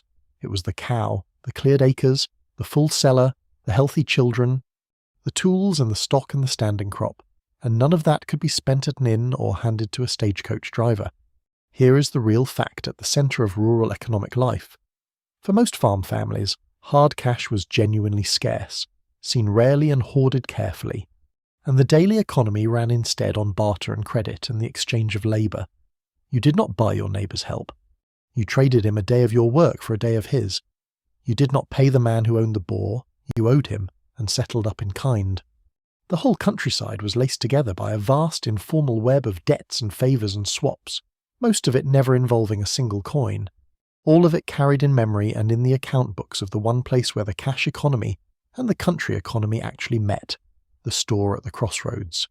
Your first joke here has a certain hard truth in it. A 19th century farmer could be on paper a man of substance, owning 100 acres, a fine team, a full barn, and yet not have enough loose coin in the house to buy a coat, which is a peculiarly agricultural way to be simultaneously wealthy and broke. His riches were real, but they were planted in the ground and hung in the smokehouse, and you cannot pay a toll with a smoked ham. Picture that crossroads store now, because it was the great gateway between the farm's world and the wider one, and for many families the farthest edge of ordinary commerce. It sat where two roads met, serving the scattered farms for miles around, and it was gloriously crammed. Barrels of salt and molasses and gunpowder, bolts of the factory cloth that would one day free the women from the loom, iron tools, nails, needles, tea, coffee, spices, whiskey, and the few small luxuries a farm could not make for itself. And critically, the store did not run on cash either. The farmer brought in what he had, butter, eggs, ashes, grain, a bit of homespun, whatever small surplus the farm had produced, and traded it across the counter for what he needed, with the difference carried on account marked in the merchant's ledger to be settled up later, often at harvest, sometimes not for a year or more. The real fact worth carrying away is that this store credit was the actual financial system of rural America, more real to most families than any bank. The merchant was creditor, buyer, seller, and banker all at once, extending goods against the promise of next year's butter and grain. And a family might live for months entirely on what they could trade and what they could charge, touching real money only once or twice a year when a crop was finally sold. For coin. The whole arrangement depended on trust, on staying put, on being a known quantity whose farm and word were good, which is one more quiet tie binding people to the places where their credit and their reputation lived. Your quirky tidbit here is a homely marvel. Because the store took the farm's produce in trade, the country merchant became, in effect, a giant middleman for the entire district's surplus, accumulating tubs of neighbourhood butter and crates of neighbourhood eggs and barrels of neighbourhood ashes, then shipping these off to distant towns to be sold for the cash and the manufactured goods that flowed back to the shelves. The humble store was thus the single thread connecting the farm to the great commercial world, and for many farmers, that thread was quite literally as far as their own commerce ever reached. They met the wider economy across a wooden counter, and it wore the face of a man they had known all their lives. And here, once more, is our answer to the question of why they never left. To travel is to spend, and to spend you need cash, and cash was the one thing the cash-poor farm could least easily produce. A journey of any distance meant tolls, meals, lodging, ferry fares, a steady bleeding of coins that a barter household simply did not have to bleed. The farm could feed you forever and could not fund a single week away. So the very self-sufficiency that made the farm so secure also made it a kind of beautiful trap. Rich in everything except the one substance that buys a ticket out. You stayed, in part, because you could not afford to go. And you could not afford to go precisely because you had arranged your whole life around never needing to. Historians still argue whether this cashless, credit-bound rural economy kept farmers safely independent of a volatile money economy, or dangerously dependent on the local merchant who held their debts. Whether the ledger at the crossroads store was a lifeline or a leash. Both readings have their evidence, and probably both were true depending on the merchant, the year, and the harvest. But the deeper fact stands quietly behind the debate. A family with no cash does not wander. It stays where its credit is good and its wealth is planted, close to the counter where its butter becomes once a year a little precious coin. Let us linger a little longer at that crossroads, because clustered near the store stood the other great institutions of the farmer's small commercial world, the mill, the smithy, the meeting house, and together these few buildings made up what passed for town in the lives of people who might see nothing larger for years at a stretch. Follow the wagon track a little way and you come to the most important of them all after the store itself, the mill, turning slowly beside its stream. And to understand why the farmer came here, you have to understand that grain in the barn is not yet bread on the table. Here is the plain fact of it. A farmer could grow wheat and corn in abundance, but he could not easily turn it into flour and meal by hand in any quantity, and so the mill was a genuine necessity, one of the very few places he truly had to go. He loaded his sacks of grain onto the wagon, hauled them to the miller, and the miller ground them between great stones powered by the falling water, and took his pay not in coin but in a portion of the grain itself, a share called the miller's toll kept as the price of the grinding. The farmer went home with flour and meal, minus the miller's cut, and the whole transaction, like so much else, happened without a single coin changing hands. The mill converted the raw yield of the fields into food the family could actually eat, and its slow stone wheels were, in a real sense, the last step of every harvest. Your first joke here grinds slowly, like the mill itself. The miller was the one man in the district guaranteed to prosper, since he took his cut off the top of everyone's grain in good years and bad, which is why millers had a reputation, fair or not, as the sort of fellows whose thumbs somehow always ended up on the scale. Every farming community told the same knowing jokes about the miller growing fat on other men's wheat, and every farming community kept right on bringing him their grain, because what else could they do? Chew it. Nearby, ringing out across the crossroads, stood the blacksmith shop, the other indispensable specialist, and here was the one craft the self-sufficient farm truly could not replace at home. A farmer could mend a great deal himself, but he could not forge iron, and iron was everywhere in his life. The plough's cutting share, the horses' and ox's shoes, the wheel's iron tire, the hinges and chains and hooks and tools that held his whole operation together. So he came to the smith to have the plough sharpened, the horse shod, the broken tool made whole, the new hardware forged, watching the glowing metal shaped on the anvil in a shower of sparks. The smithy was warmth and light, and the ringing music of the hammer, and it was also, not incidentally, one of the great gathering places of the district where men waiting on their work leaned in the doorway and traded the news.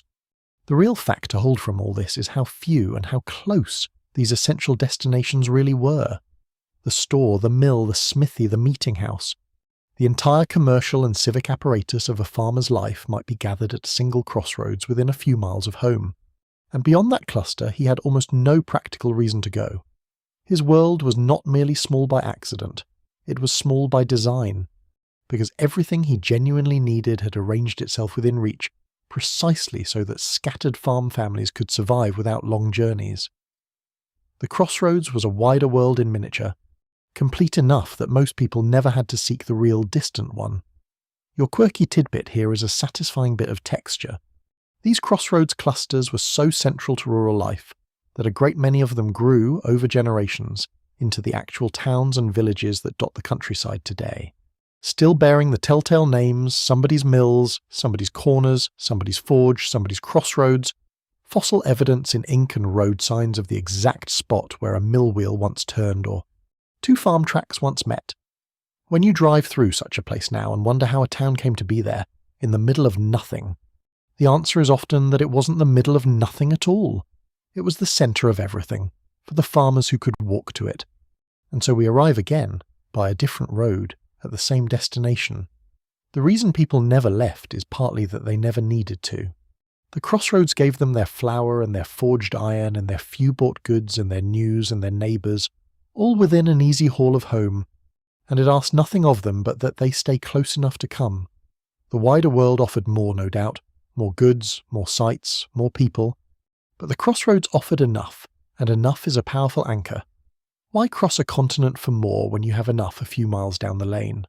Historians still argue whether these tight little crossroads economies kept rural Americans contentedly provided for, or merely provincial and dependent, insulated from the innovation and opportunity of the great commercial towns.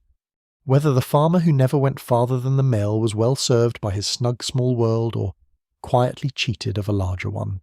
But the mill wheel turned on regardless of the argument, slow and certain, grinding the year's grain into the year's bread, a few miles from home, close enough to walk.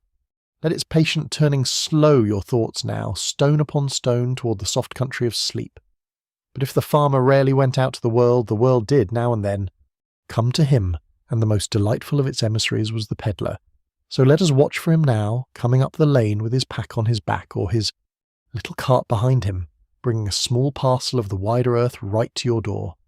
For a family that might not reach a real store for months, and might never in their lives reach a city, the peddler was something close to magic, the outside arriving on foot with tin cups and needles and news.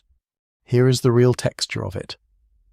The peddler was a travelling merchant who walked or drove a circuit through the countryside, carrying on his back or in his wagon the small light, valuable things a farm could not easily make, pins and needles and thread, scissors and knives, tin cups and pans, combs, buttons, spectacles, ribbons, little books and almanacs, patent medicines of dubious worth, spices and whatever else was small enough to carry and dear enough to sell. He appeared without warning, was welcomed like a festival, spread his wares across the kitchen table, and for an hour the isolated farmhouse became a tiny marketplace, the children wide-eyed at the shine of it all, the mother weighing whether this year she could finally afford the good scissors. Your first joke here comes with a wink. The peddler was famous for two things, his wonderful goods and his marvellous ability to talk, and it was widely held that a really gifted peddler could sell a man his own hat back to him and leave him grateful. For the bargain. The whole class of them had a reputation for a smooth tongue and a flexible relationship with the truth, and yet they were welcomed at every door anyway, because loneliness makes a persuasive salesman of anyone who brings both merchandise and company was half of what he sold, though it never appeared on any bill. The peddler had been to the last farm and the one before that and the town beyond. He carried news and gossip and rumour along with his tinware, and he dealt it out as generously as his pater, who had married, who had died, what the price of wheat was doing, what strange things were happening in the world past the county line. In a household that might go a week without seeing an outside face, the peddler was a newspaper with legs, and families would feed him and lodge him overnight partly for the goods, partly for the talk, and partly for the simple, precious novelty of a new voice at the table. He slept by the fire and moved on at dawn, carrying their news to the next farm as he had carried the last farm's news to them. The real fact to hold is that this travelling trade was a genuine and important channel of both goods and information into the rural world, a mobile thread of commerce and news stitching together farms that were otherwise islands. The peddler, the travelling tinker who mended pots, the itinerant preacher, the occasional journeyman craftsman walking his circuit, these wanderers were the moving parts of a mostly still world, and through them the farm received a steady trickle of the manufactured goods and the outside news that it could not or would not travel to fetch for itself. The countryside did not need to go to the market nearly so often when a piece of the market came walking up the lane. Your quirky tidbit here has a long tail. A striking number of great merchant fortunes and famous stores of later America began with a young man and a peddler's pack, walking the back roads with tin and notions, learning the trade one farm kitchen at a time before ever settling into a shop. The peddler's route was a kind of business school with mud on its boots, and the countryside's isolation was, paradoxically, the making of the very men who would later build the stores and catalogues that ended that isolation for good. The lonely farm created its own salesmen, and some of them grew into merchant princes. So the peddler complicates our story in a lovely way, and we should let him. People never left the farm, yes, but the farm was not sealed. It breathed. Through the peddler and his wandering kind, a slow tide of goods and gossip and the wider world seeped in under the door, so that a family that had never travelled 20 miles still owned English pins and drank China tea, and knew, roughly, what the president was up to. Isolation was real, but it was porous, and much of what leaked through it came in a peddler's pack. The farm did not have to go to the world when the world, in small and colourful instalments, kept coming to the farm. Historians still argue whether these travelling peddlers were a beloved and vital institution or a half-tolerated nuisance of sharp dealers and tall tales. Whether the countryside genuinely trusted the men it so eagerly welcomed, or simply enjoyed them the way you enjoy a travelling show while keeping one hand on your purse. The records hold both the fondness and the suspicion, side by side, sometimes about the very same man. But whatever the farmer thought of the peddler's honesty, he opened his door to him gladly because the peddler brought the two things the farm could not make for itself: small, bright manufactured goods and the sound of the wider world speaking. For one evening, at the family's own hearth, let that gentle image carry you onward. A stranger's voice by the fire, tin cups gleaming on the table, the whole wide earth reduced to the size of a peddler's pack, and made welcome for a night. Now comes the one journey almost everyone made, the single reliable exception to a life spent at home, the trip to church on Sunday, so let us harness up in the grey of a Sabbath morning and make it together. Because to understand rural life, you must understand that for a great many families, this weekly pilgrimage of a few miles was the primary and sometimes the only, regular reason they ever left their own land at all. The whole week bent toward it. The Saturday baking was partly so there would be food to spare on a day of rest. The good clothes, saved and mended and worn only on this one occasion, came down from their pegs, and the family loaded into the wagon or set out on foot toward the meeting, house that served the district. Here is the real fact that anchors it. For the isolated farm family, Sunday church was very often the one regular break in the monotony, the reliable weekly gathering that structured social life and connected the scattered households of a whole neighbourhood. It was worship, yes, and for many it was the deep centre of their faith and their week. But it was also, unmistakably, the great social institution of the countryside, the place where you actually saw your neighbours, where news was exchanged and matches were made and disputes were quietly settled, and the whole community, otherwise dispersed across its lonely farms, briefly became a community in fact and not just in name.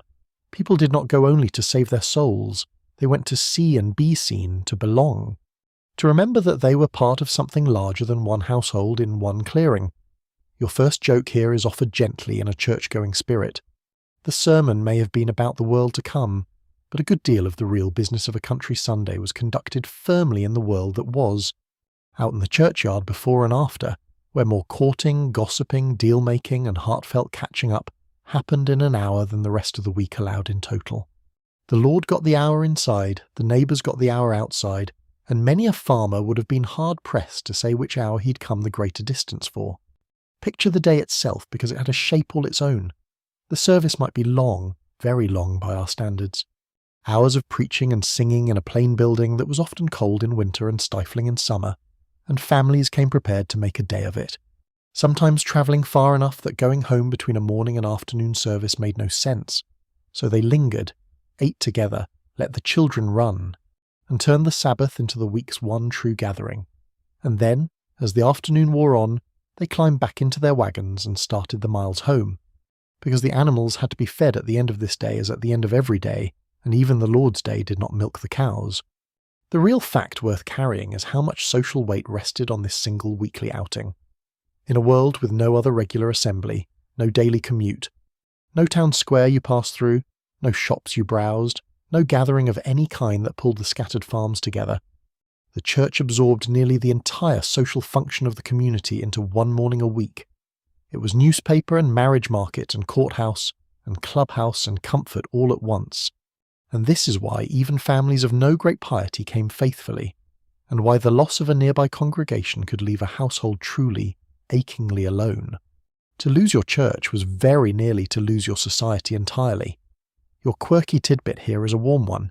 In many districts, the seating in the meeting house was arranged with great social care, families in their accustomed pews, the whole community's structure quietly mapped in wood and worship, so that where you sat said something about who you were. And the walk up the aisle to your family's place was itself a small weekly reaffirmation of exactly where you belonged in the little cosmos of the neighbourhood. The church did not merely gather the community, it displayed it to itself in order once a week, and sent it home again knowing its own shape. And so the Sunday journey deepens our answer rather than contradicting it. Yes, people left the farm on Sundays, but look how short the journey was, how reliably it returned them home by evening, how completely it was woven into the local world rather than pointing beyond it. The church trip was not an escape from the small circle. It was the beating heart of the small circle, the thing that made the circle bearable and warm and worth staying in. People travelled a few miles each Sunday precisely so that they would never have to travel farther, because those few miles delivered them everything a person goes out into the world to find. Company, meaning, belonging, and news. The farmer came home from church with his social hunger fed for another week, and a fed man does not go wandering.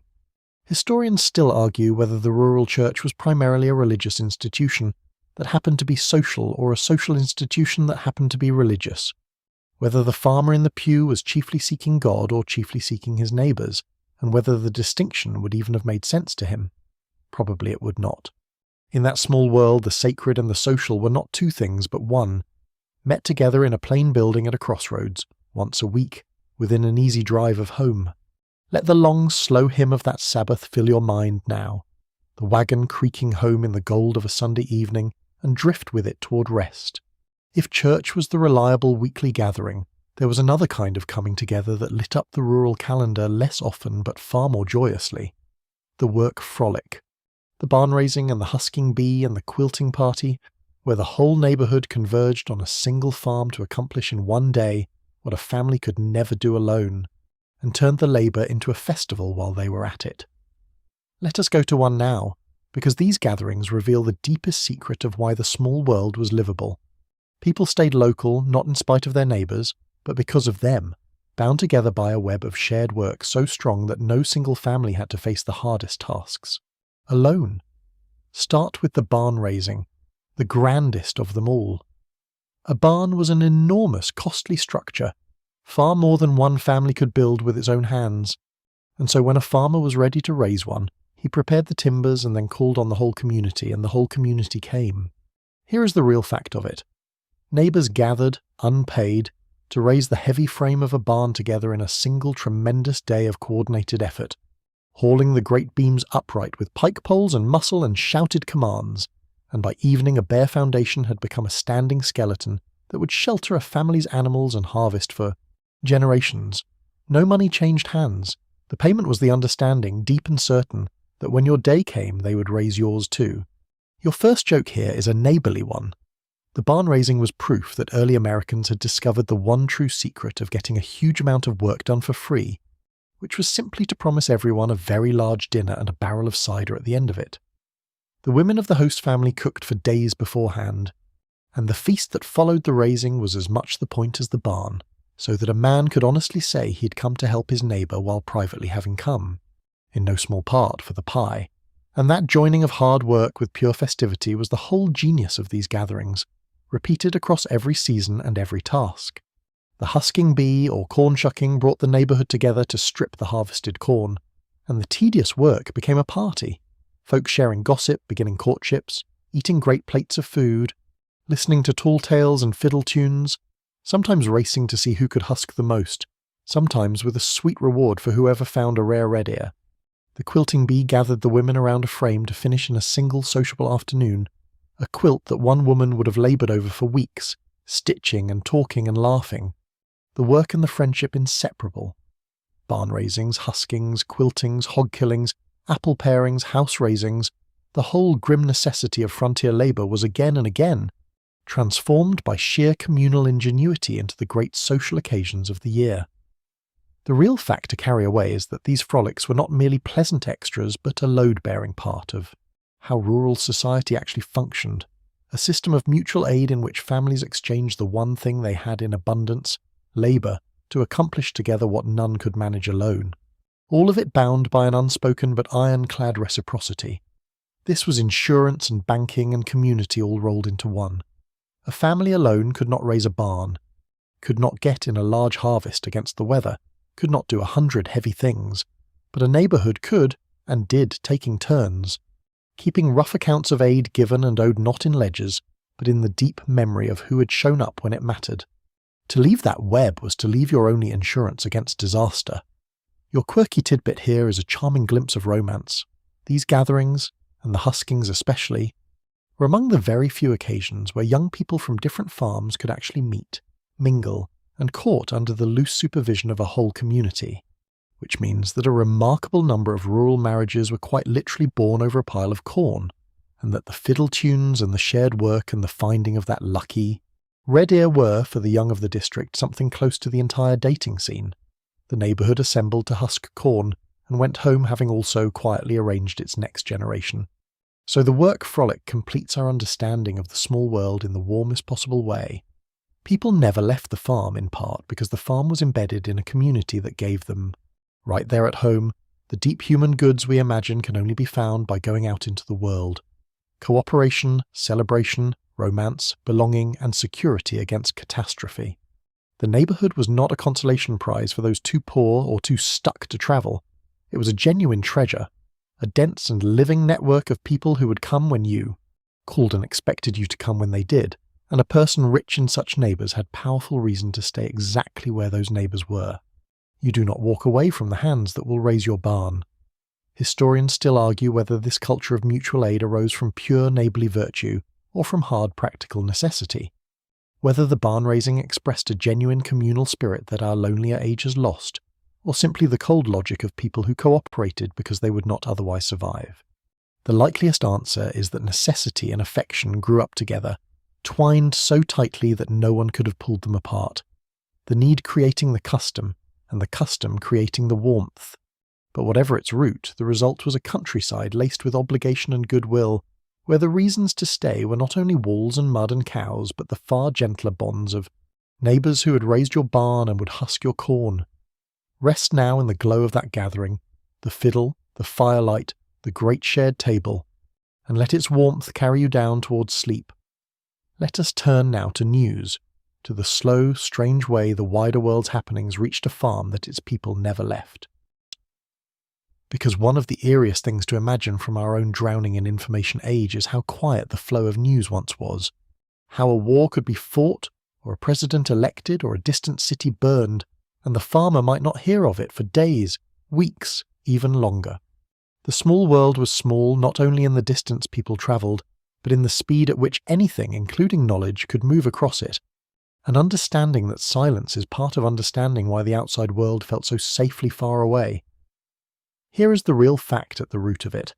For most of this era, news travelled no faster than a person could carry it, which is to say at the pace of that ox, that horse, that walking peddler, that Sunday gathering.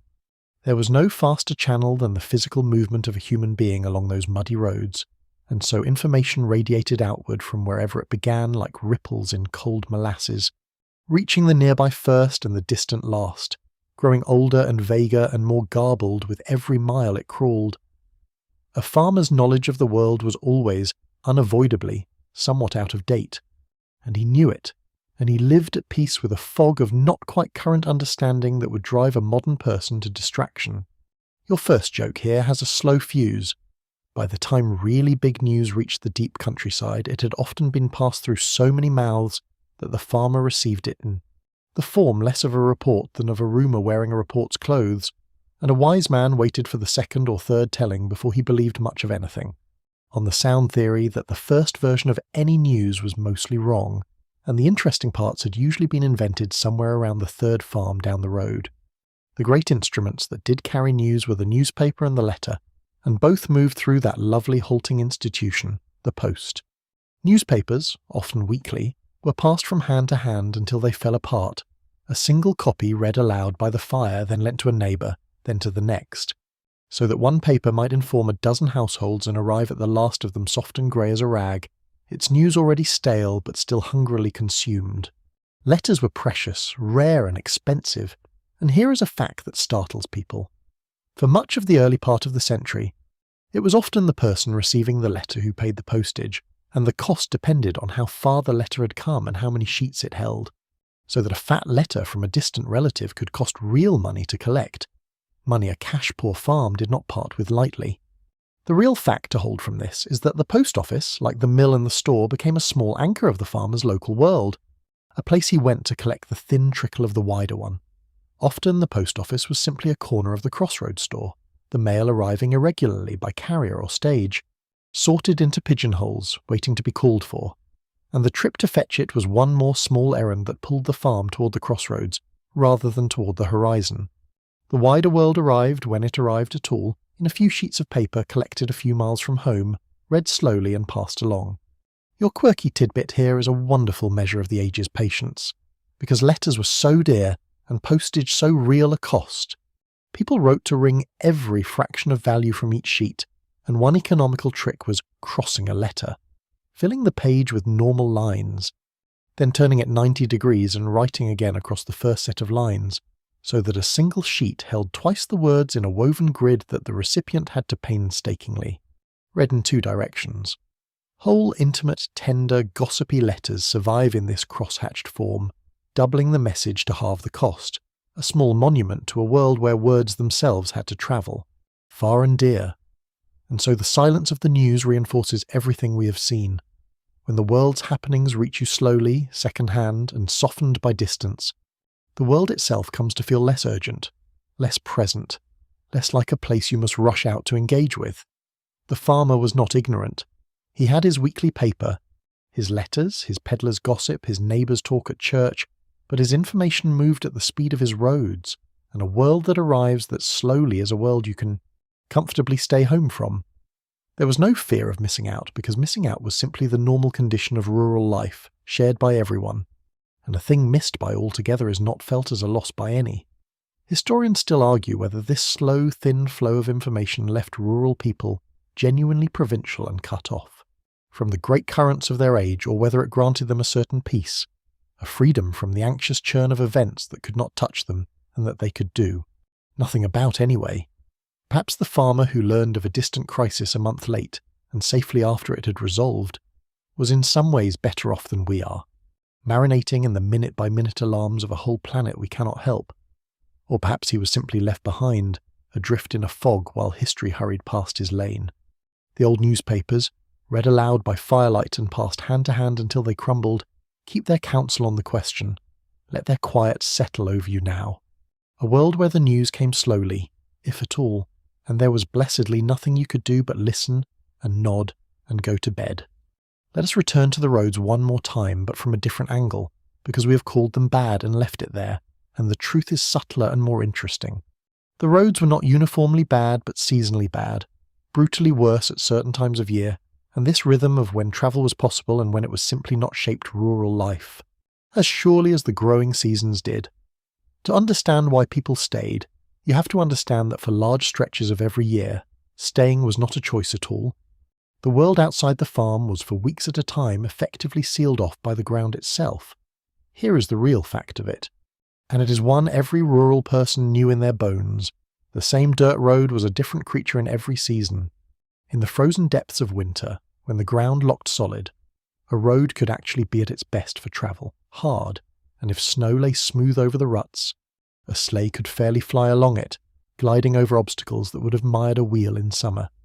But let that frozen ground begin to thaw, and you entered the dreaded season that rural people across the country simply called mud time, the weeks of spring and any thaw in between, when the surface melted while the depth stayed frozen, so that the road became a shallow sea of bottomless muck sitting on an icy floor, churned by every wheel into an impassable morass that could swallow a wagon whole. Your first joke here sinks slowly out of sight.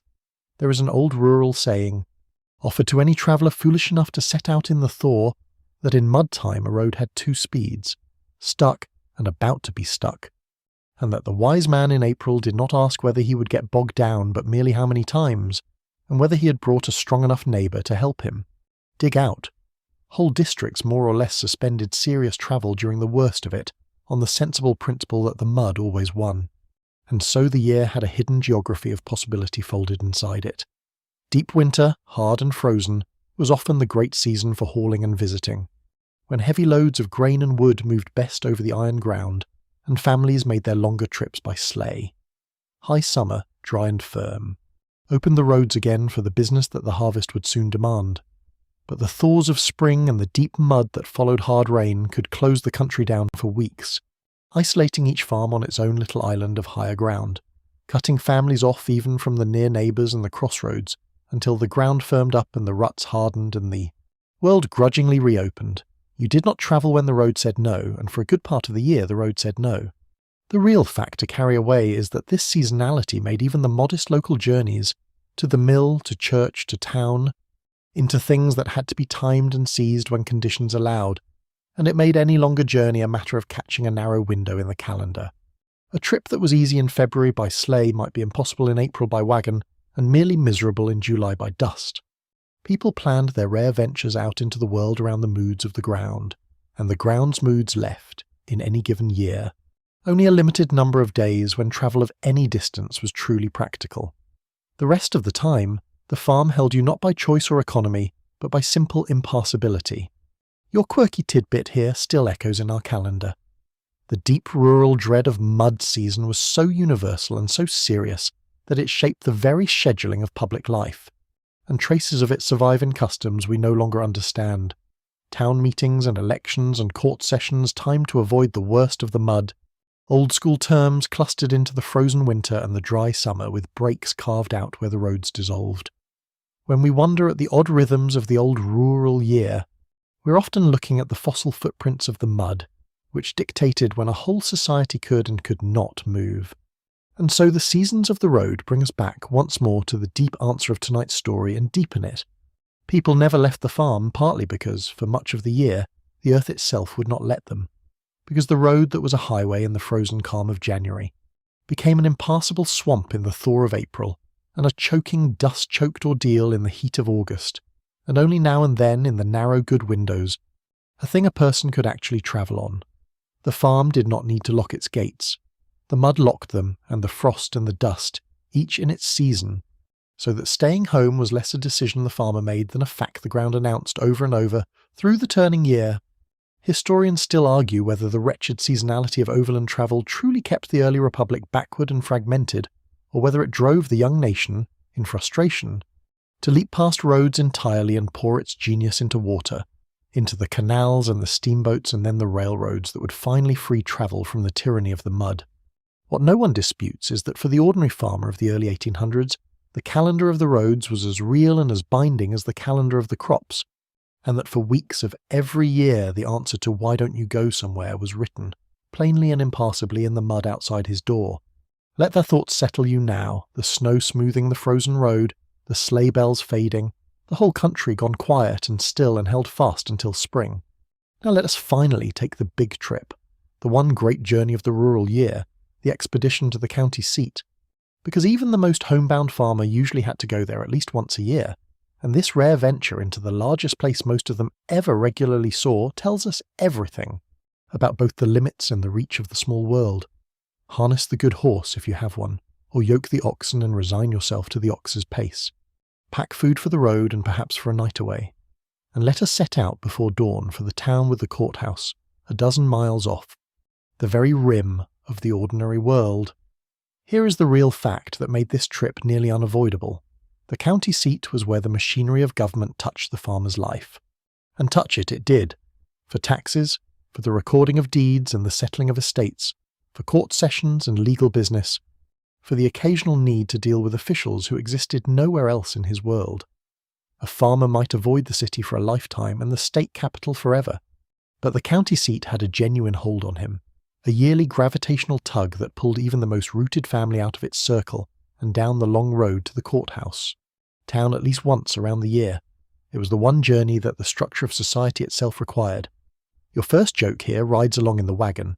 For many a farmer, the annual trip to the county seat combined the three least beloved experiences a person can have: a long uncomfortable journey, a compulsory conversation with the government, and the handing over of money into a single dreaded outing.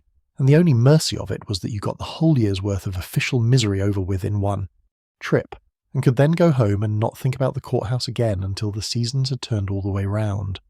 But the county seat was not only duty, it was also spectacle, the nearest thing to a city that most rural people ever regularly beheld.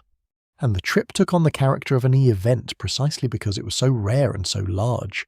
Here was a real town, several streets, brick buildings, the courthouse rising over the square, shops with more goods than the crossroads store could dream of, taverns, tradesmen, strangers by the dozen, a bustle and noise and variety that a farm child might find frankly overwhelming. Families combined the necessary business with everything else they could not do at home. Real shopping, the selling of produce at better prices, the seeing of a doctor or a lawyer, the gawking at wonders, the storing up of sights and impressions to be talked over at home for months. The trip to town was errand and holiday and pilgrimage braided together. The real fact worth carrying is that Court Day, when the court was in session at the county seat, often became a regional gathering of enormous social and commercial importance, drawing farmers from across the whole county into town at once, so that the courthouse square filled with people trading horses, selling goods, arguing politics, meeting friends, conducting every kind of business, and generally turning the compulsory machinery of law into a great periodic fair. The county seat on Court Day was the wider world's clearinghouse for the rural district, the one place and time when the scattered thousands of a whole county actually converged, and for many a farmer it was the largest crowd of human beings he would see from one year to the next. Your quirky tidbit here has stayed with us. These court days and the trading fairs that grew up around them were such fixed institutions that in some regions, Court Day survived for generations. As a traditional market and social gathering long after its legal origins had faded, a festival of horse trading and visiting and commerce anchored to the old rhythm of the sitting court. The farmer who went to town because the law required it found, once there, a whole world of buying and selling and socializing that the requirement had summoned into being, the government's calendar accidentally creating the countryside's greatest market. And so even the big trip, the farthest most farmers regularly went, only confirms the shape of the small world rather than breaking it. Look at how the county seat sat at the very edge of the ordinary. A dozen miles, a full hard day each way, undertaken once or a few times a year, for reasons the farmer would mostly rather have avoided.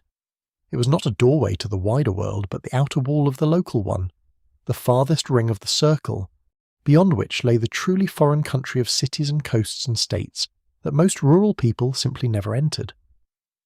The farmer touched the edge of the wider world at the courthouse, and then turned his tired team around and drove the long miles home, back to the centre of the only world he really knew. Historians still argue whether the county seat genuinely integrated rural people into the larger life of the nation, or merely gave them a controlled, once-a-year taste of it before returning them safely to their farms, whether the courthouse town was a bridge outward or simply the boundary stone of the small world. marking exactly how far the ordinary life reached and no farther. But the tired farmer driving home in the dark, his year's business done, his few purchases in the wagon, his head full of the town's noise already fading behind him, was in no doubt about where he belonged. The county seat was where you went, home was where you lived. Let the long dark drive home carry you now, the courthouse falling away behind, the familiar fields rising up around you, and sleep drawing near with every turning of the wheels. Let us turn now to something darker and quieter, to sickness, and to the terrible way that isolation showed its true face when a body failed in the night and help was miles away over bad roads. We have spoken of the small world as warm and self-sufficient and neighbourly, and it was all of those things, but it had a shadow, and the shadow fell hardest here, in the sick room where the distance that kept the farm peaceful could turn in an hour into the distance that let a person die. To understand the small world fully, we have to sit with this too, gently, in the low light. Here is the real and sobering fact. For the isolated farm family, a doctor was often hours away, if one could be reached at all, and in an emergency those hours could be the difference between life and death. When someone fell gravely ill or was badly hurt, a child burning with fever, a woman in a hard labour, a man crushed by a falling tree, or gored by an ox, or cut deep by his own careless axe, the family's first and often only resort was itself. They nursed, they dosed, they prayed. They sent someone riding hard through the dark for the nearest doctor, and then they waited, watching, while the messenger covered miles of muddy road there and the doctor covered them back. And the sick one either held on or did not. The farm's beautiful independence became, in the sick room, a terrible aloneness. Your first joke here is a soft and rueful one, because even this deserves a little light. Given how far the doctor was and how alarming his methods often were in that era of bleeding and blistering and heroic dosing, a fair number of country people took the sensible view that by the time the doctor arrived, you had usually either recovered or died on your own, and in either case had saved yourself both the fee and the treatment. The home remedy, whatever its faults, at least had the advantage of already being in the house. So the farm became its own hospital, and every farm wife its physician, armed with a deep inherited lore of home medicine.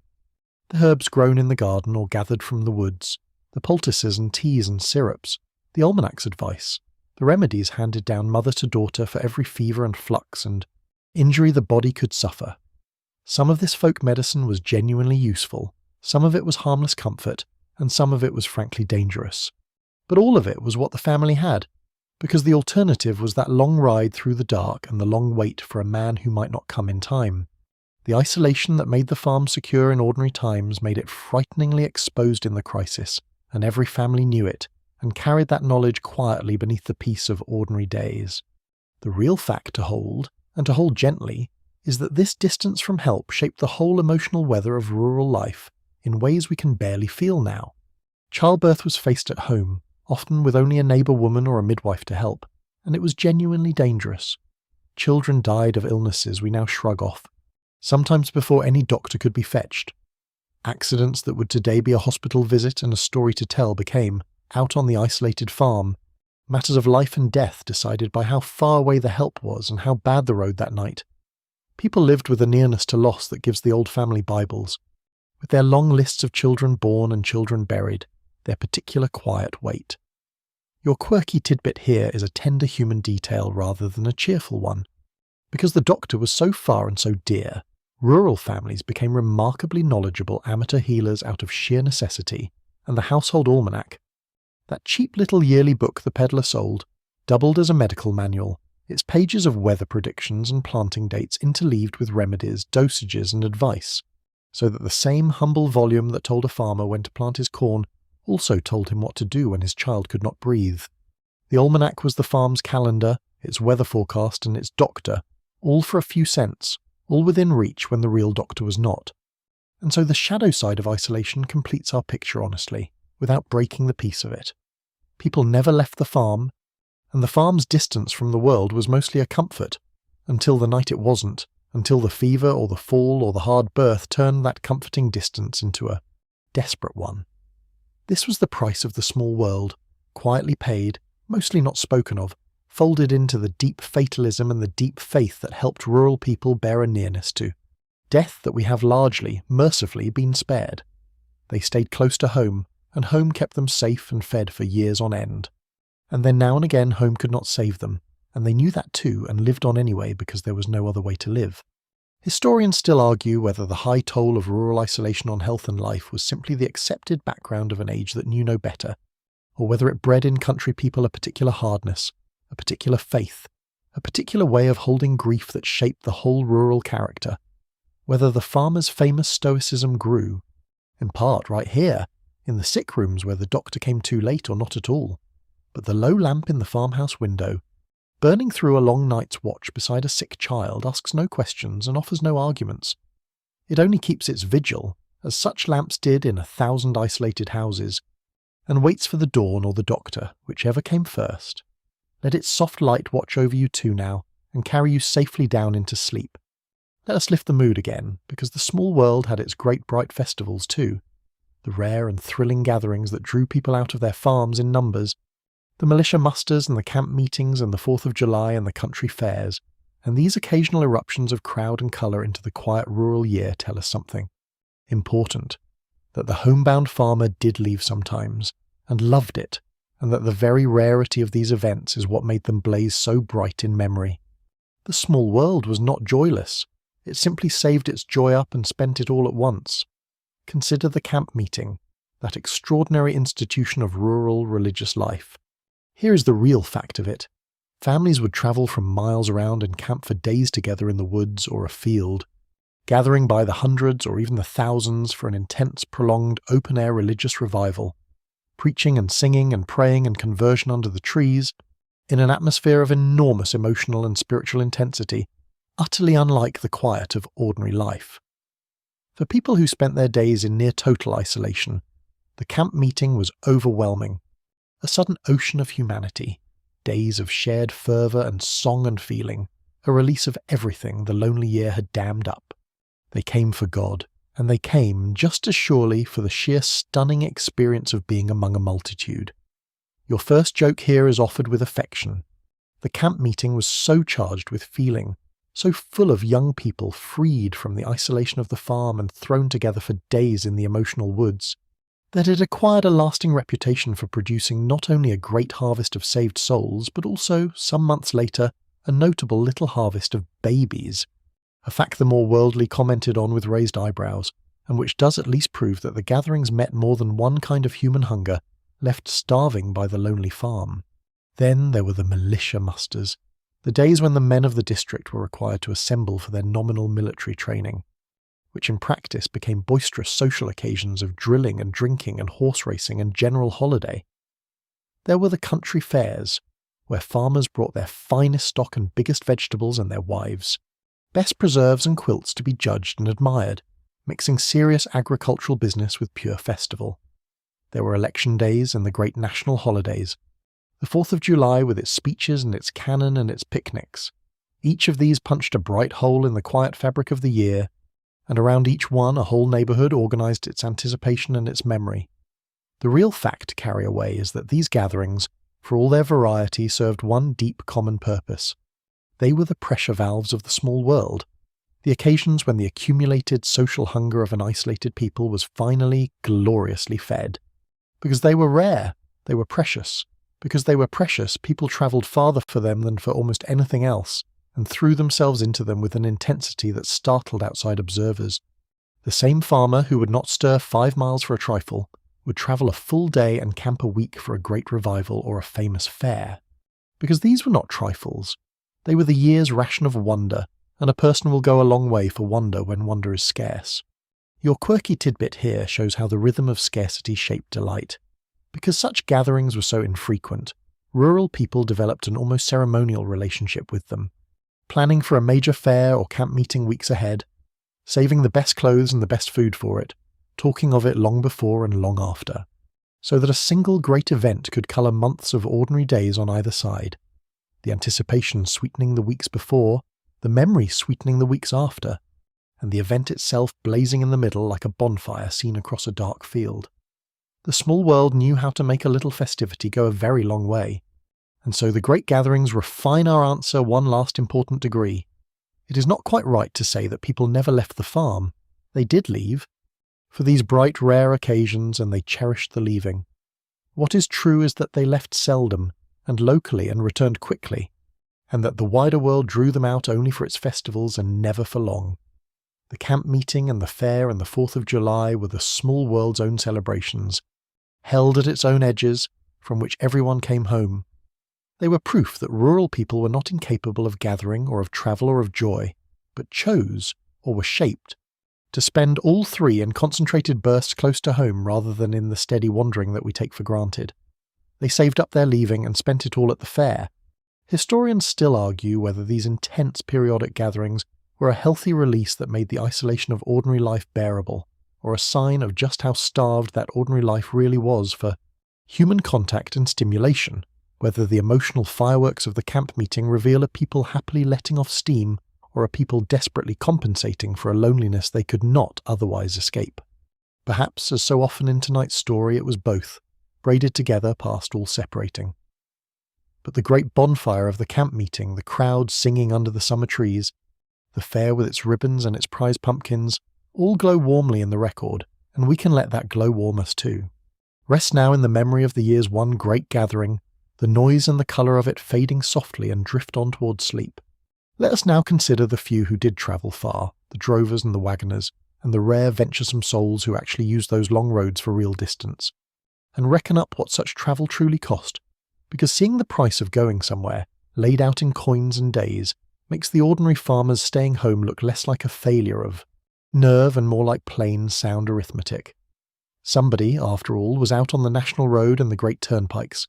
The question is who and why and what it took, and why it was so rarely worth it for the man behind the plough. Here is the real fact of who travelled. Long-distance overland movement was largely the business of specialists, not ordinary farmers, the professional wagoners who hauled freight in their great Conestoga wagons, the drovers who walked herds of cattle and hogs and even flocks of turkeys hundreds of miles to distant markets, the stage lines carrying passengers and mail, the migrants moving west to new land. These were people for whom travel was the work itself, or a once-in-a-lifetime relocation, not a casual outing. The roads were busy, but busy with commerce and migration, with people who had a powerful economic reason to endure them, and the local farmer watching them pass his gate was watching a different kind of life go by, one whose costs he could add up as well as anyone. Your first joke here plods along at the drover's pace. Consider the sheer patience of the man who walked a flock of turkeys to a city market 100 miles off, a journey of many days at the unhurried speed of a strolling turkey, camping each night beside his gobbling fortune and hoping to arrive with most of it still on its feet. And then consider that this was a real and respectable profession, and you begin to understand that the people who did travel far in that age possessed a tolerance for tedium that makes even our longest journeys look like a sprint. Now let us count the cost, because the cost is the heart of it. To travel the turnpikes was to pay, again and again, at the toll gates that studded the good roads. A few cents here for a wagon, a few cents there for each horse or head of livestock, the sums modest in isolation but relentless in accumulation, so that a long haul meant a steady drain of the very cash. The farm could least spare. On the national road in the 1830s, a heavy wagon behind a team might pay something on the order of 8 cents a mile in tolls alone, and a farmer, doing that sum against the dozens or hundreds of miles to anywhere worth going, could see immediately that the toll gates alone would eat more coin than he saw in a season. And the tolls were only the beginning. The real fact to carry away is the full reckoning of a journey's cost, which went far beyond tolls. There was food for yourself and grain for your animals along the way. There was lodging at the taverns and inns that lined the turnpikes, where a traveller paid for his bed and his meals and his horse's stall. There were ferry fares at the rivers, the wear on the wagon and the animals, and above all the sheer cost in time. Days and days away from a farm that could not run itself, every one of those days a day of work not done at home. Add it all together and the price of a serious journey was staggering for a family whose whole economy touched hard cash only once or twice a year. The farmer did not stay home because he was timid. He stayed home because he had done the sum, and the sum said no. Your quirky tidbit here still stands along the old roads.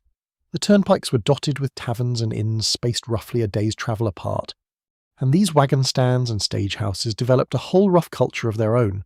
Crowded common rooms where travellers shared beds with strangers, huge plain meals, The smell of horses and tobacco and wet wool, the wagoners with their own slang and songs and fierce professional pride. Many an old inn still standing along a former turnpike route, now a quiet house or a museum, was once a link in this chain of overnight stops, its sign creaking over a road that was, for the few who travelled it, a long and costly and colourful world unto itself, a world the local farmer glimpsed from his gate and most of the time sensibly declined to enter. And so the true cost of travel delivers the final clinching piece of tonight's answer. People never left the farm not merely because the roads were bad or the animals slow or the seasons binding or the farm demanding, though all of that was true, but because when you added it all up, leaving simply cost too much cash, too much time, too much risk, too much work left undone for too little certain gain. The farmer was not a prisoner raging at his bars. He was an accountant who had run the numbers, and the numbers told him clearly and repeatedly that his money and his days were better spent at home. Staying put was not a failure of imagination. Very often it was the wisest decision available to a rational person with a farm to run and precious little coin to run it on. Historians still argue whether this hard economic logic of staying home represented a sensible, even admirable husbanding of scarce resources, or a kind of trap that kept rural people poorer and narrower than they needed to be, forever declining the journeys that might have opened their world because the short-term sum always said no. Perhaps the farmer who never travelled was wise, and perhaps he was merely stuck in a logic that punished every attempt to climb out. But the toll gate stood there on the road all the same, asking its few relentless cents of everyone who passed, and the farmer at his gate, watching the wagoners pay it, kept his own coins in his pocket and turned back to his fields. Let the creak of that turnpike inn sign fade now, and the long road empty into darkness, and sleep come gently down. Now let us stand at the far edge of our story in time, and watch the small world begin slowly to open, because the isolation we have spent all night inside did not last forever, and the very forces that ended it help us see, by contrast, just how complete it had been. The world that held the farmer to his 10-mile circle was cracked open, over the middle decades of the century, by water and then by iron, first the canals and then decisively the railroad, which reached out into the countryside and did in a single generation what centuries of bad roads had made seem impossible. To watch it arrive is to watch a wall come down. Here is the real fact of the great change. The coming of the railroad transformed rural life more profoundly than almost anything before it, because it shattered the old tyranny of distance and mud that had defined the farmer's whole existence. A journey that had taken days of exhausting travel over treacherous roads could suddenly be made in hours in comfort in almost any weather, at a speed that would have seemed frankly supernatural to the farmer's own grandfather. The train did not care about mud time. It did not slow for the thaw or stop for the dust. It ran on its iron road through the seasons that had always sealed the country shut, and where it ran, the small world's walls simply dissolved. Your first joke here comes with a whistle.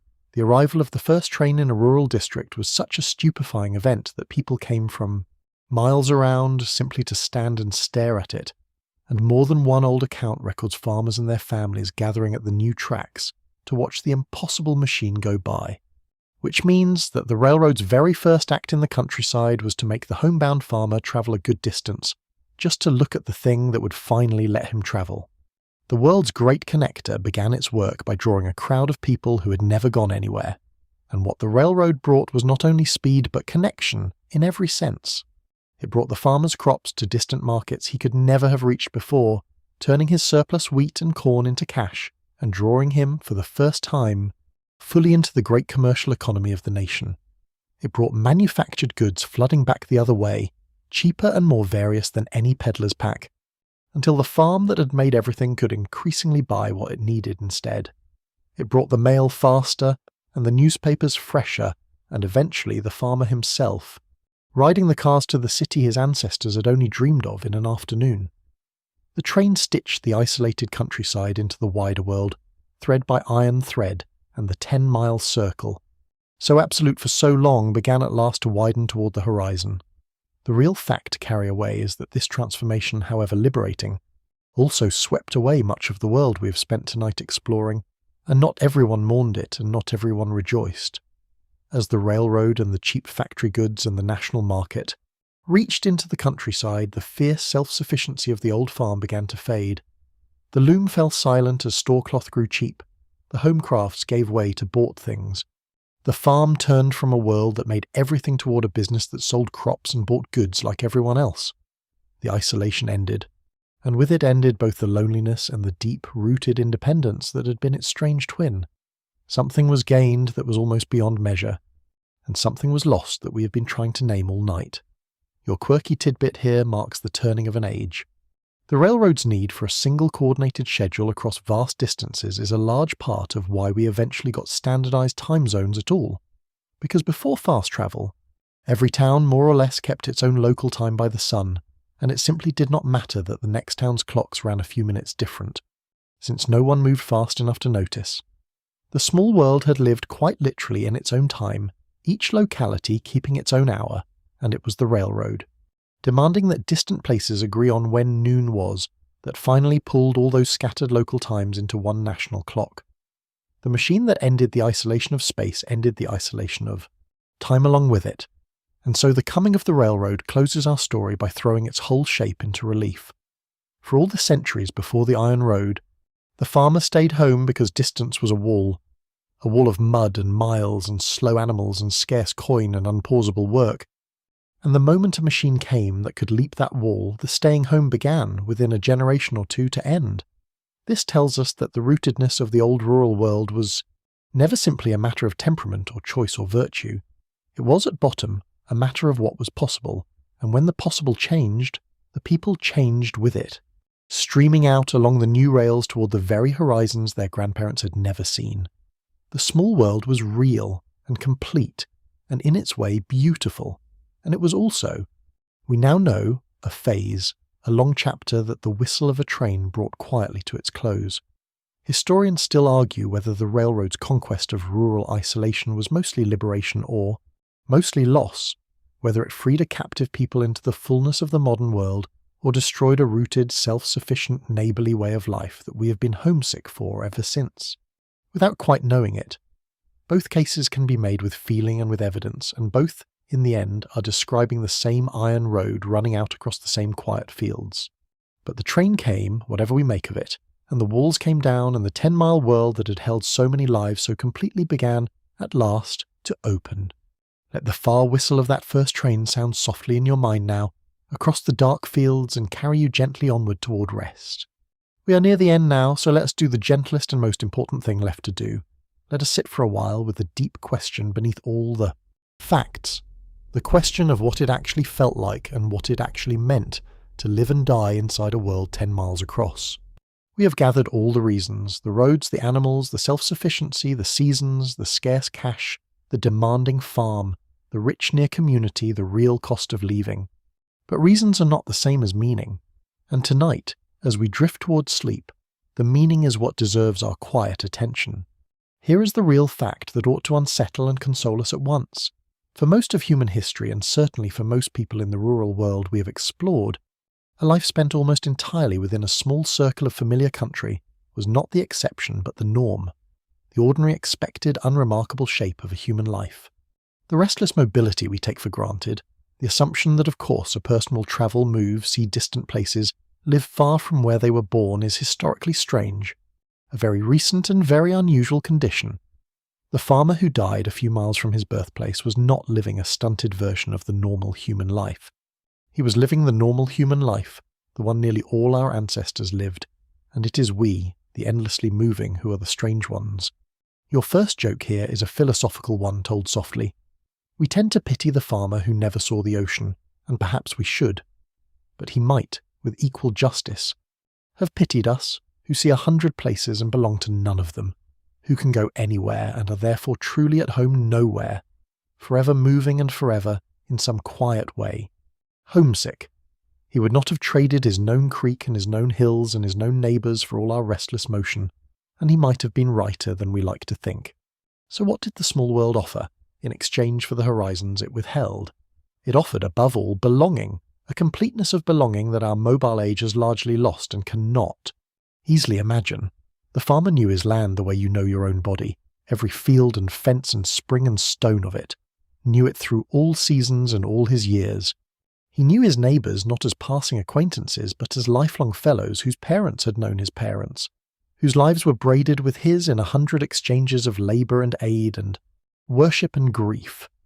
He knew exactly where he stood in the world, because his world was small enough to be fully known, and to be fully known by. There is a kind of peace in that, a kind of rootedness that no amount of travel can provide, and that our wandering has perhaps cost us more dearly than we realise.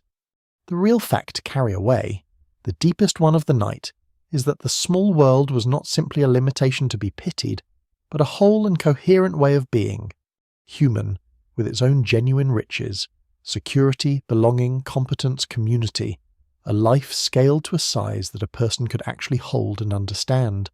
Its people were not waiting, frustrated for the modern world to come and free them. Most of them lived full lives inside the circle, loved and worked and worshipped and died there, and found meaning enough in the near at hand. That we can see from our vantage, all that they lacked should not blind us to all that they had, much of which we lack in turn. The horizon they never crossed and the belonging we never find are two sides of a single ancient coin. Your quirky tidbit here is really a quiet wonder to fall asleep on. Somewhere in the record of nearly every old rural family is a person, a great-great-grandparent, a name in a family Bible, who was born, lived, married, worked, worshipped, and was buried all within a few miles of a single patch of ground.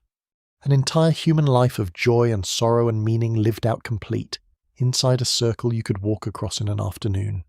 Their whole world, the whole theatre of their existence was smaller than the distance many of us now commute, and it was enough. It held a full life. And that perhaps is the most astonishing fact of all the facts we have gathered tonight, that a world so small could be so complete. Historians still argue, and always will, whether the rooted, homebound life of the old rural world represents something precious that modernity destroyed, or something confining that modernity mercifully overcame, whether we should mourn the small world or celebrate its passing, whether the farmer in his 10-mile circle was impoverished or blessed. And the honest answer, the one this whole long night has been circling, is that he was both, inextricably, that the same smallness which held him also sheltered him, that the same isolation which cut him off also bound him close, that what he lost in horizon he gained in home. There is no untangling it, and maybe we are not meant to. Maybe we are only meant to see it clearly and hold it gently, and let it teach us something about what we have gained and what we have paid for the gaining. Rest now in that thought, unhurried, as we turn toward the last of our journey and towards sleep, and so we come to the end of the road, which for our farmer was never very far from where it began, and that was always the quiet point of it. The lamp is low now. The fire has settled to a soft red glow. Outside, the fields lie still under the dark, the same fields he knew every foot of, rolling gently away to that near horizon that held his whole life, and it is enough. It was always enough, and there is nothing left to do tonight but rest. Let your thoughts slow now, the way the year slowed toward winter, all the work gathered in, the cellar full, the wood stacked high against the cold. There is nowhere you need to go. That was the strange gift of the small world, the one we can still borrow on a night like this. Nowhere to be but here. Nothing to reach for beyond the walls of this warm room, no distant place tugging at you, no horizon you must cross. Just the near and the known and the softly familiar, holding you the way the small farm held its people, gently, completely close. Picture it one last time as you drift. The house quiet around you. The animals settled in the barn, warm in their straw. The neighbours asleep in their own farmhouses a mile off across the dark fields, their lamps put out. Their days done. All of you resting under the same wide country sky. The road outside empty and still, the mud frozen quiet, going nowhere tonight and asking nothing of anyone. The whole small world at peace, gathered in, safe within its circle.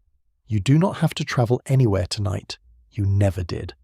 The farthest you need to go is down into sleep, and that is the shortest and easiest journey of all, and it begins right here, right now, with your breath slowing and your thoughts growing soft and dim, like a lamp turned low, like a fire banked for the night, like the last light going out in a farmhouse window. At the edge of a field, far away and long ago and perfectly at rest. Sleep now, the circle holds you, there is nowhere else to be. End of script. Sweet dreams.